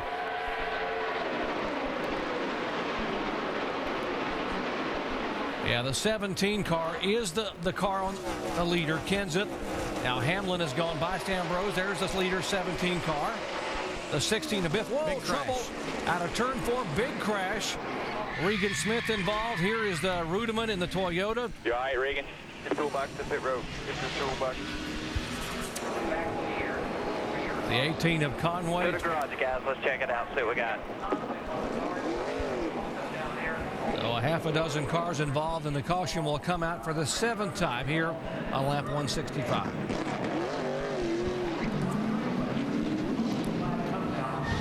So we can see what happened here. Watch them coming off of turn 4. There's the contact there, the 18 and the 4. Yeah, the 18 gets right in the left rear quarter panel of the 4, turns him sideways, turns him around, and then all these guys know where to go. That's what's so bad. We talked about this track, how it's got all the banking on the straightaway, and then you got these 2 walls so close together. There's just nowhere to go. It's almost like wrecking in a back alley. Yeah, exactly. Because you all want to feed to the same place. We see Kevin Conway doesn't have a lot of experience here. It's hard to say, who's going where there. I mean, as Regan Smith, you're trying to get a run off of that corner, and so you're trying to drive straighter off, and Kevin Conway's car, being on the bottom, has to come up off the very bottom of it. So there's just contact made. We see again as it starts here. You got people back here that are trying to slow down. They see what's happening, and then Reed Sorensen got into the back of David Rudeman and David Gillen, and they come up through and got involved also. So again, caution here on lap 159. 6 cars involved. Slow down. Outside. Okay, go. And there's Reed Sorensen walking away. Reed Sorensen involved, David Gillen, David Rudeman, Brent Sherman involved, of course, and the 18 car of Kevin Conway. You see Kevin walking away from his Joe Gibbs car, and they're trying to get David Gillen out of his car, which is there. Now he is out of the car, down against the inside wall. under caution here, once again, the monster rears its ugly head here in the final laps at Dover, Delaware. 6 cars involved in a melee off of turn 4. Back with the green flag in a moment. This ESPN telecast of the NASCAR Busch Series at Dover is available in high definition on ESPN2 HD, presented by Vizio. Our 8th caution of the day, 33 laps to go, and we are under red as they clean the track. A mile of concrete as we welcome you back here in the pit studio. Susie Colbert, Brad Daugherty. I thought you said this was self-cleaning with those steep banks. Well, it's somewhat self-cleaning. Sometimes we have accidents we can't quite get cleaned up. And I'm going to tell you what, you better keep an eye on Scott Wimmer. He's coming. He's coming, Susie. I'm telling you, he's fast. What do you think, as a former owner, what do you think of that move that Richard Childress made, switching crews to get Scott Wimmer out of it? That takes a lot of guts, and he's going to have to explain to some guys when they get back to the shop, confidence-wise, and what he did. But it's going to give him the best chance to win this race. I applaud Richard Childress. That's why he's in the position he's in today, and they got a good chance to win this race. Now, a little earlier, we got the explanation on rear clips from Tim Brewer, and as promised, now front clips. Tim? Tell you what, Susie, when you're looking at the race car, you got a center subframe. We looked at the rear clip a while ago. Now, from the firewall, which is a front firewall here where the engine location is, all of the suspension components, when we clip one, we'll cut everything off from the firewall and we'll go forward. And this front subframe right here be all new stuff, all these roll bars replaced, all this stuff clean out to the front snout. And then at the end of the day, we can start all over again by rehanging the sheet metal on the car, taking it back to the wind tunnel, spending a lot more money on the thing, getting ready to go back to the racetrack. Back up to this booth. All right, thank you very much, Tim. For more information on rear clips, front clips, or whatever you want to know, log on to ESPN.com, search word know-how. We'll explain how it happens in a NASCAR stock car. Well, we told you the 21 car of Scott Wimmer. It has been a tale of 2 halves of the race in terms of what's happened on pit road. The early pit stop where they had all the issues, top of your screen. The late pit stop, 14.1 seconds on the bottom of your screen. Different pit crews and different results. And boy, what a difference that made. Watch the celebration by the Holiday Inn guys. Think they're pumped up or what? Great job by Scott Wimmer's crew. And now he is being shown in 5th position. Now, we are under a red flag condition here at Dover Downs or Dover International Speedway, along with Andy Petrie and Dale Jarrett. I'm Jerry Punch. And DJ, we may want to explain to the fans at home, we still have 33 laps to race here. Why is NASCAR waving the red flag and stopping the car? Yeah, I'm sure there are fans out there wondering. We stopped it a few minutes ago with 70-some laps left. But what happens here is these guys, as we've said, only have a certain number of tires that they're given for the weekend. Even though they were given an extra set here, NASCAR doesn't want to take the chance that they're riding around under caution with debris still out there, that one of these teams might run over some debris and cut down a tire, and then they're in a really bad position. So I have to applaud NASCAR for doing that. You know, it stops. The guys don't like sitting in the hot cars right now, I can assure you that, but they don't want to have a flat tire either. So kudos to NASCAR for doing this, and that's what this is all about. We have plenty of time to ride around under caution and could finish this, but this is a good opportunity to take that time and make sure that we get the racetrack completely clean. And I want to ask you guys now, we have 33 laps to go. We're going to sit here for a while. Carl Edwards has been the Mac Daddy all day long in that Ford. You guys, so you've been watching. I know you've been strong in Scott Wimmer's corner. Can somebody handle him these final 30 laps? Well, I really thought Scott Wimmer had the car to beat, and I still think he's got the car to beat. But I tell you, he's going to have to be more aggressive on these restarts. He's only got 33 laps to go right now, so when they go green, it's going to be right at 30 laps. He's going to have to get aggressive. And, you know, those guys in the pits, they just transferred the pressure out of the pits on the driver. It's time for the driver to get up on that wheel and see if he can get her done. Well, there's Scott Wimmer, but the question is, what about Edwards, DJ? Well, Carl Edwards has been strong all day long. I think you're going to have a hard time beating him. I think he's going to get to the front before this is over. I know Denny Hamlin has a good car, and Matt Kenseth's sitting out front right now, but I think Carl Edwards is still the guy that's going to be hard to beat.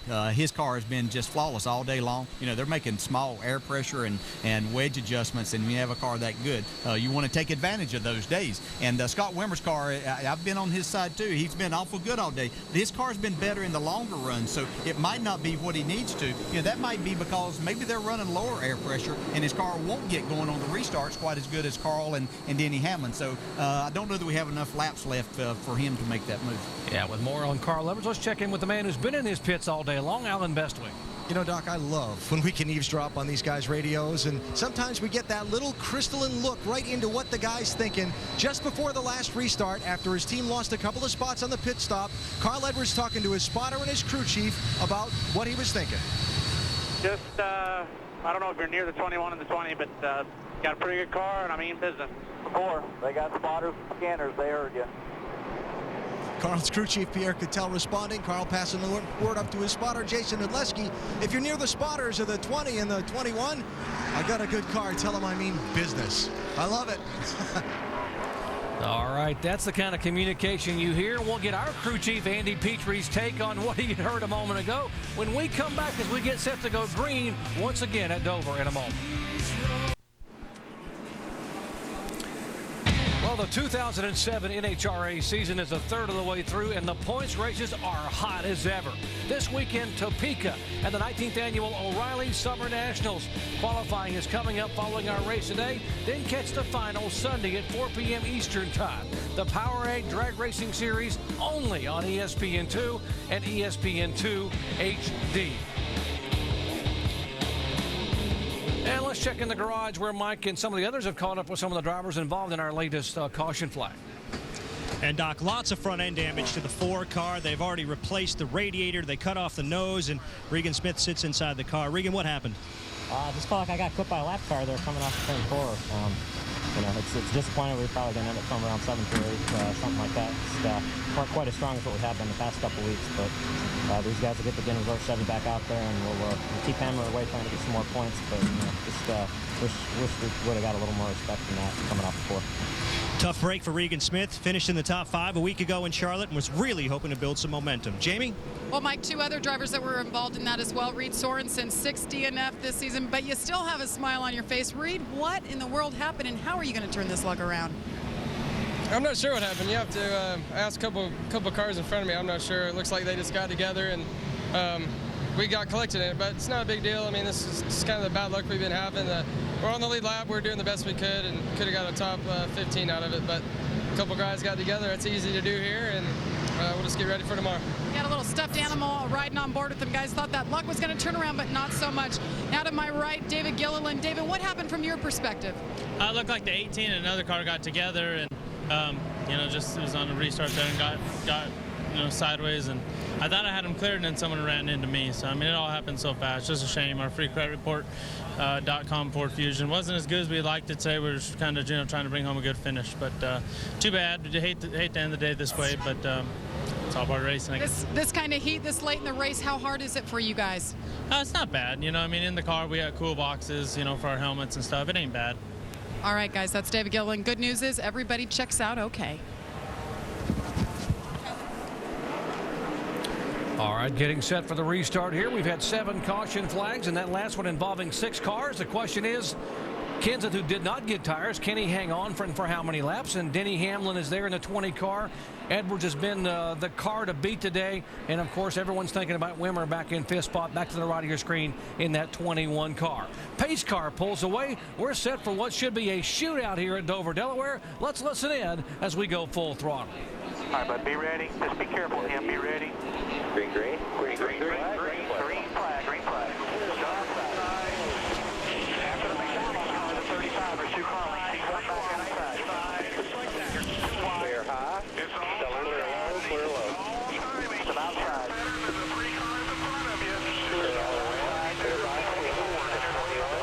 Inside the 21. Clear, clear.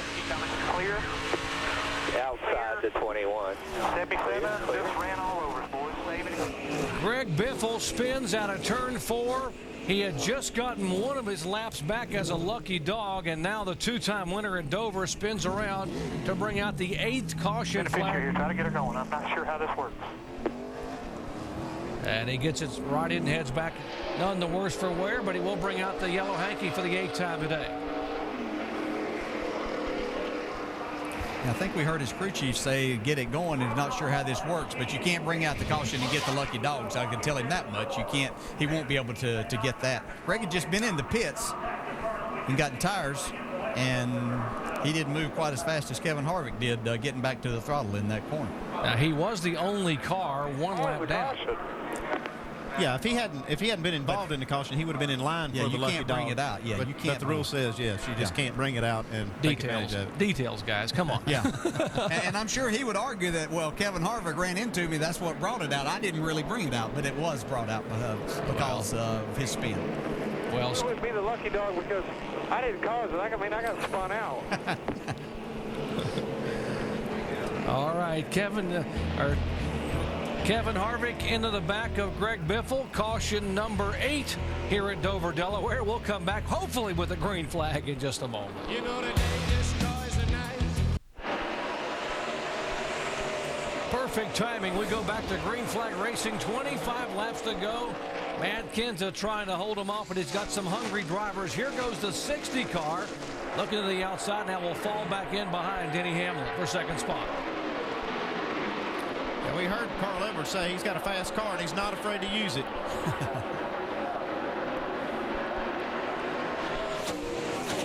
We know Denny Hamlin's had a fast car too all day, so he may have a little bit more difficulty there. But tell you what, Matt Kenseth's getting going too.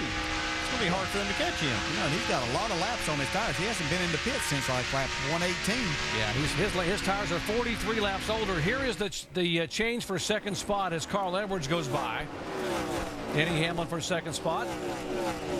That 29 car, by the way, you're riding on here, the Holiday Inn Chevrolet. It is the car of Jeff Burton. He's being shown 2 laps down by virtue of the unscheduled pit stop. He's in 20th position. Yeah, but Matt Kenseth just ran the fastest lap of the race for him on those old tires last lap. I still think Carl Edwards is going to run him down here in just a minute and go by him because Carl's just been superior all day.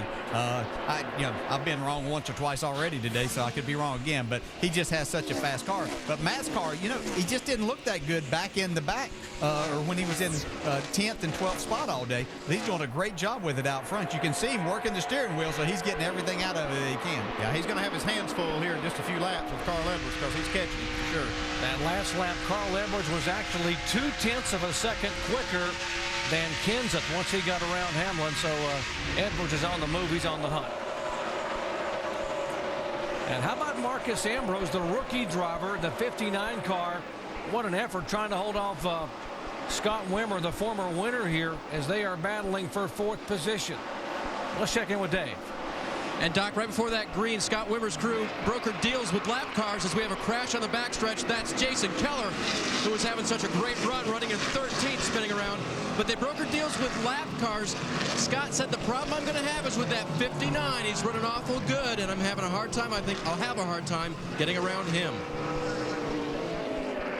Yeah, that's too bad seeing Jason Keller get in that wreck because we were just talking about him at the break, how good he was doing up 13th. Yeah, that's unfortunate. Jason has up on the right front. The road's open. Yeah, he's done a terrific job all day of staying out of trouble. And we see here as he come out of turn 2, gets a little bit of help. Yeah, this didn't look like his fault, but still gets turned around and gets a little damage on his fender and front end. Maybe they can get in there and get him straightened out and still get a decent finish out of it. Yeah, he stayed on the lead lap. He did a great job of not hitting anything as he was spinning there. Again, that doesn't happen very often here when you start spinning out. But maybe they've got some tires left. As we see from up above, 42 just gets a run on him and gets into the back of Jason Keller. Tell you, we've seen a lot of that out of Montoya this year. He's very aggressive, especially after restarts. One more look at the contact. Keller. Jason Keller making his 3rd start of the year, driven all the way up into 12th position before that tap by Juan Pablo Montoya. You see Rudeman going by on the high side.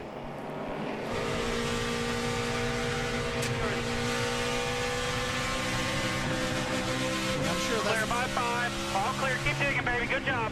Yeah, that's something that Juan Pablo is just going to have to understand and learn about this racetrack, because that is one of the very characteristics of this racetrack. As you come up out of the corner, your car wants to go out towards the wall, and you have to give that car, you either have to back off or give him a little bit more room. Unfortunately, it cost Jason Keller there, but I'm sure that Juan will keep that in the back of his mind for the rest of this race and then tomorrow. He's just an aggressive driver. I tell you what, he's aggressive in everything he does. We played a golf tournament on Thursday when we came up here, and I looked over on one of the tees, and I saw him swing that golf club. I said, man, who is that? It was Pablo Montoya, and he's swinging that golf club just like he drives that car. All right, for more on Jason Keller involved in this spin, let's check in with Dave. And, of course, Jason had a few choice words about the aggressive driving of the 42 driver, but he kept it off the wall. And that's a good thing, Doc, because that's the museum piece for CJM Racing. That is chassis 01. That's their very first one, built in shop, and it's been running pretty well. And he didn't ding it up. Yeah, they've got it kind of back in shape here. Looks like he might have, something he can still get a decent finish with. Yeah, he did not lose a lap with that spin, so there are 18 cars on the lead lap, and Greg Biffle was the lucky dog. He was able to get back there as a look at Greg Biffle, as he was able to be the lucky dog and get back on the lead lap. Get one of his laps back, I should say, is in the 16 car. Yeah, he does get back on the lead lap now. He's made up 2 laps. And now he's finally back on the lead lap with 18 laps to go. He's got his wheels tightened up on it again, but the tires might be a little worse for the wear with that slide a while ago, but I'm sure that he's going to go as hard as he can right here and make up as many spots as possible. Well, Matt Kenseth has tires that are 43 laps older than the guys that are chasing him. Can he hang on for the final 18 laps? Coming to the green, let's go full throttle. Stage cars off, ready. Come on, let's go. Inside.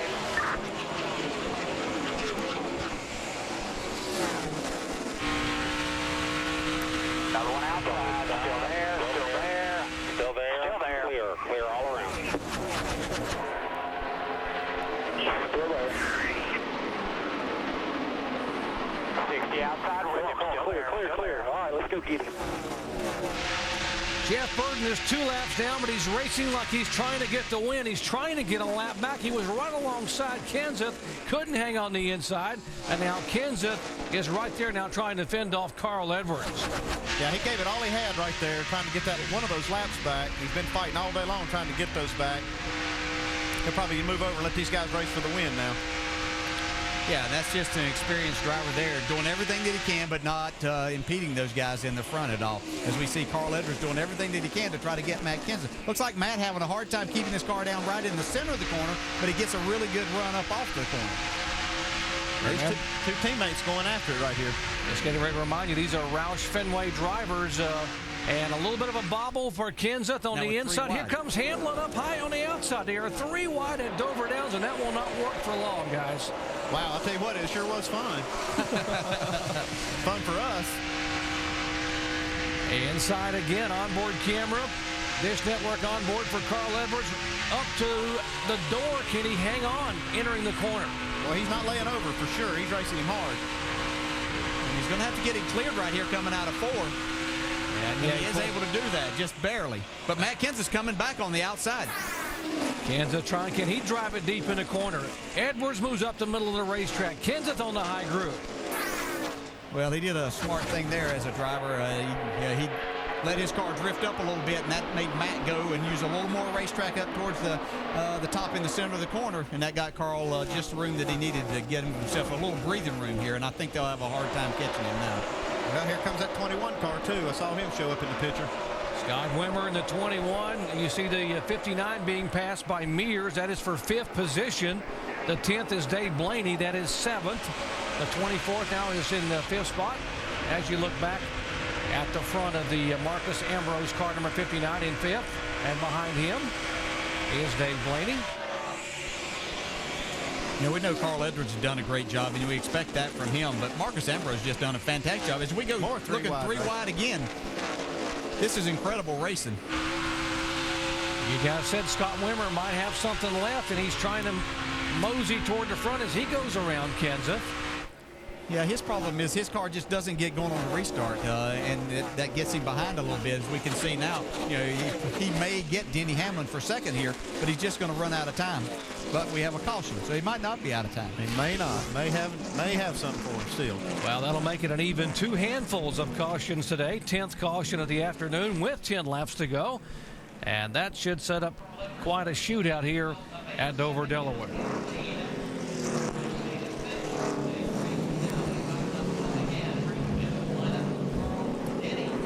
This is going to be a single file restart also, so that may help out a little bit as we see Brad Keselowski, who had a great run. He's on the lead lap. That's too bad. Brad Keselowski was having the best run he has had this year in the MacTac Chevrolet. They had been shown up as high as 15th position. This team really sort of coming into its own here this weekend, and even though they had some troubles in that practice session and had to repair the car, they were very pleased with what they've been able to do here this weekend. Ronnie Griffith, Keith Coleman Racing, hoping to get a top 15 finish, and might have had a shot at it until, well, that may be an issue right there. It's a part of a caliper that has come out of one of the cars, probably the 23 car, upon impact. We are under yellow for the 10th time today. The Monster Mile, Dover, Delaware, still hasn't been able to determine a winner. We've got 9 laps to go. Edwards hanging on up front. Back in just a moment. NASCAR Busch Series at Dover is brought to you by Aaron's. With over 1,400 stores nationwide, everyone is a lucky dog at Aaron's. By Degree Men, more power than you need. One day you'll need it. And Lowe's, for all your home improvement needs. Lowe's, let's build something together.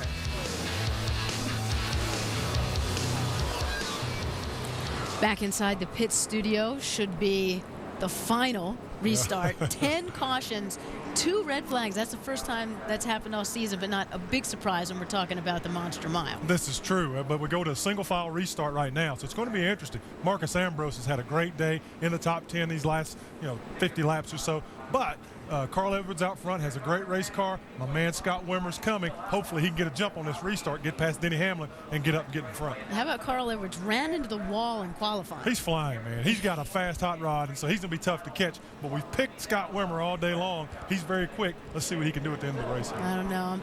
I'm thinking Edwards. What do you think, fast. Doc? He's fast. All right, guys. Carl Edwards, a 2-time winner this year on both the previous concrete ovals at Bristol and Nashville. Denny Hamlin right behind him. Won in that car at Darlington just 3 weeks ago. But, guys, Scott Wimmer, talking about being a hungry race car driver. Scott Wimmer's last win came, get this, July 26, 2003 at Pikes Peak. You think he wants to win one today pretty badly? I don't think there's any doubt. And he's probably felt like all day that he had the car. He just was looking for a lot more green flag racing than what we've been able to see here in the last 60 laps of this race. Now, DJ, you're a pretty good golfer off the racetrack here. I know you like to play golf. You're a scratch golfer or 1 or 2 handicap, depending on how big your pencil is. We had some fun here on Thursday. A lot of celebrities on hand, drivers, and even a couple of us broadcast types were there to support the kids. It was a golf tournament to raise money for autism research. There's Andy Petrie hitting another 12-foot drive. Good shot of the day. Y'all missed it. There's our. And we had Bobby Labonte, drivers, celebrities, Elliott Sadler. Can he ever bring it? And watch this putt. Whoa, how about that? Whoa. Oh, yeah. Yeah. Yeah, Tiger Woods, you got nothing to worry about. We had some fun there. I'll tell you what, though, Doc, you can put out your phone there and say, hey, I might need it again. It did bring home the trophy. Yeah, but we had a little problem right here. Yeah, we had some fun there. Yeah, those guys behind me there. You did that for the camera, the Texaco Haviland guys won the championship, won that tournament by going 16 under, but it was all for a great cause, raising over $450,000 for autism research. What a good afternoon here by all these NASCAR drivers and celebrities giving back to the community. Okay, now we got to get 2 things straight before we go back, because we know we're going to have a great finish here, but 2 things. I'm not a scratch golfer or 1 or 2 handicap. I love to play the game. It's a blast. Elliott Sadler can kill the golf ball. He's a lot of fun to play with. And now let's talk about the last Jerry 6 can laps. too if he ever hits it. Yeah, every now and then I'll hit it. No, I miss it too. All right, guys. Lots of action here. Of course, coming up next, the O'Reilly NHRA Summer Nationals qualifying from Topeka. That'll be coming up at the conclusion of our NASCAR Busch Series event here. 6 laps to go. Carl Edwards has been the man. He is the points leader, a 2-time winner. He has led the most laps today, 115 laps. Can he hang on? Denny Hamlin wants it, and Scott Wimmer really wants this one in a bad way for Richard Childress Racing. Pace car pulls off. Here we go. Well, single file restart, this certainly benefits Carl being the leader. He doesn't have to worry about anybody on the inside trying to get a lap back. Boys got to get up on the wheel if they want to get him. And he's doing a lot of blocking, and Denny Hamlin getting down into turn 1. Scott Wimmer's going to look to the outside or just try to get him a good run off of that corner and maybe take advantage of that race going on there. Here comes Wimmer on the inside of Denny Hamlin in turn 3. hard thing is making it stick right there as he tries to get up off the corner. 5 laps to go, and Wimmer couldn't get it to stick, DJ. He'll have to try it again. You know, Scott Wimmer laid back a little bit and let his car go up the hill down in turns 1 and 2 and got a really good run down the backstretch, as he's doing here once again. But when you get down to that point, you're trying to carry that momentum. You're trying to get back to the throttle, but you need all the racetrack to really make that work. And Denny Hamlin's getting a better run off the corner. Yeah, Carl Edwards loving this. These guys racing each other really hard. He's able to get out in front of them. And look out, guys. Here comes Casey Mears in the National Guard Chevy. He is pulled to right behind Scott Wimmer, watching these guys battle for a second. Now Mears would have said, let me make it a 3-way battle. Yeah, I think we've talked about him every Busch race that I've been a part of up here with this crew. It's been, they have a really good team, and Casey is doing a terrific job. And obviously, last weekend was just a phenomenal weekend for him, and finishing second in the Busch race and then winning the Coca-Cola 600. And here he is peaking at the right time, right at the end of the race. Hamlin trying to hold on. Here's Wimmer again looking to the inside. Wimmer's been awfully good entering turn 3. Can he dive it in there?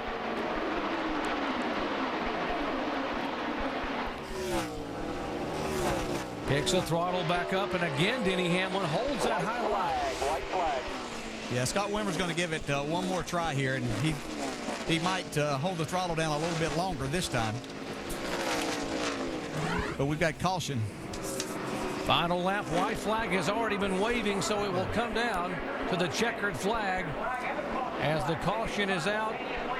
And the Carl Edwards has won the race for sure. Yeah, Carl. We won it. Yeah, we won it. Great job, Carl. Fantastic job. Good job, everybody. We've had a big wreck with Greg Biffle and Ward Burton. 2 of the cars that I can see.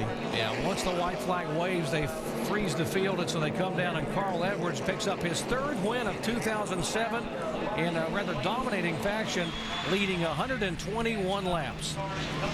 Let's check down where Dave is caught up with his crew chief, PK. Pierre Cattell has crew chiefed another victory for Carl Edwards, but on pit road it almost went away, but you had the best car. Yeah, we had a really good car.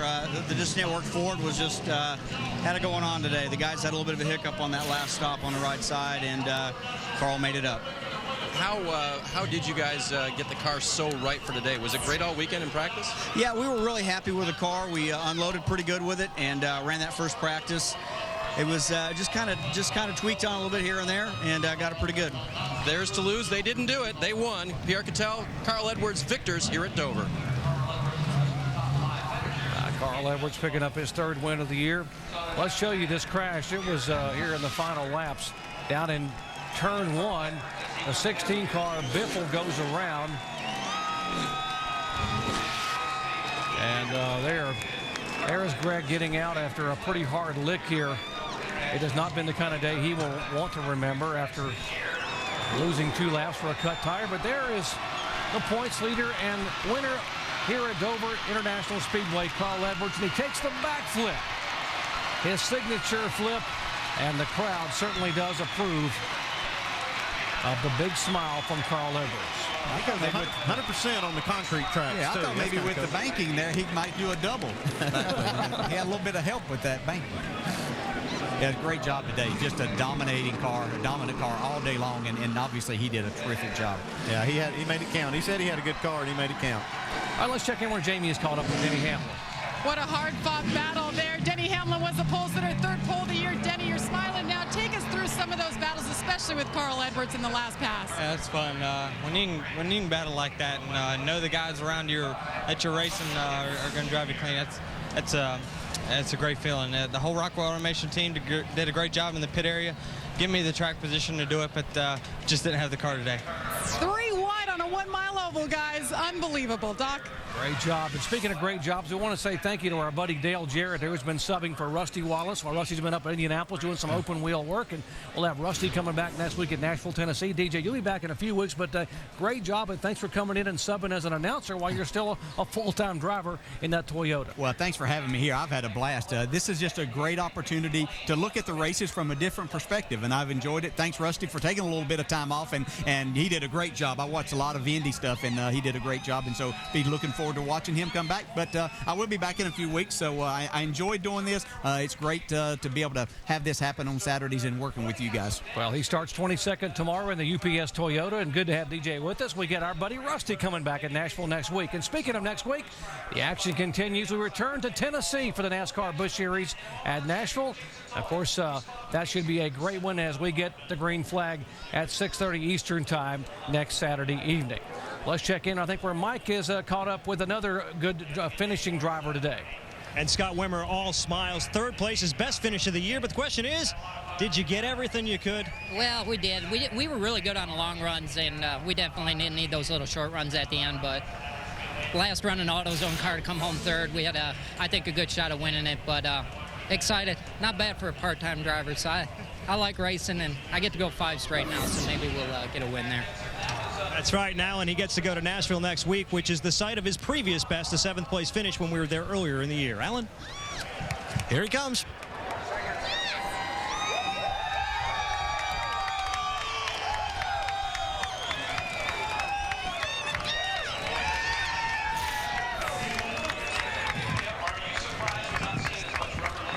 Carl Edwards' third win of this season. Congratulations. First, let's back up to what was the pass for the win. The racing with Matt Kenseth on that, well, I won't call it the last restart, but the last pass anyway. Yeah, Matt Kenseth did an unbelievable job in that Arby's Fusion with no tires. I mean, I couldn't believe how fast he was.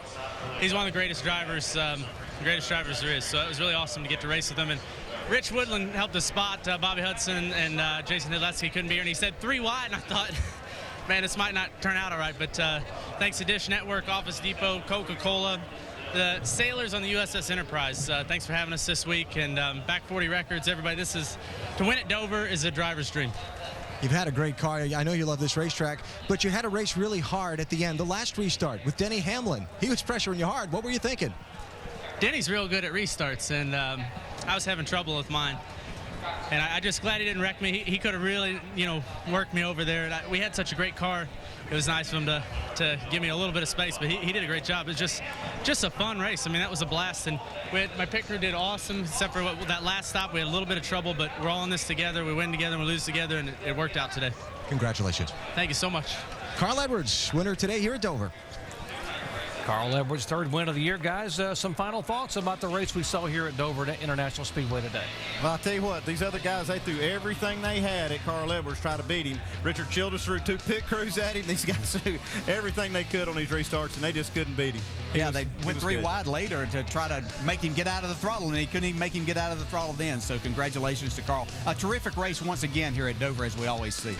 Well, for Dale Jarrett, Andy Petrie, and our entire ESPN crew, I'm Jerry Punch, once again congratulating Carl Edwards on his win at the Monster Mile in Dover, Delaware today. We invite you to join us next week as we head to Music City, USA, the capital of country music, Nashville Super Speedway, the 103rd mile, live coverage, 6:30 Eastern Time next Saturday night. Coming up next, NHRA qualifying from Topeka. This has been a presentation of ESPN, the worldwide leader in sports. Once again, Carl Edwards flips it and does a great job. He is a winner today at Dover, Delaware.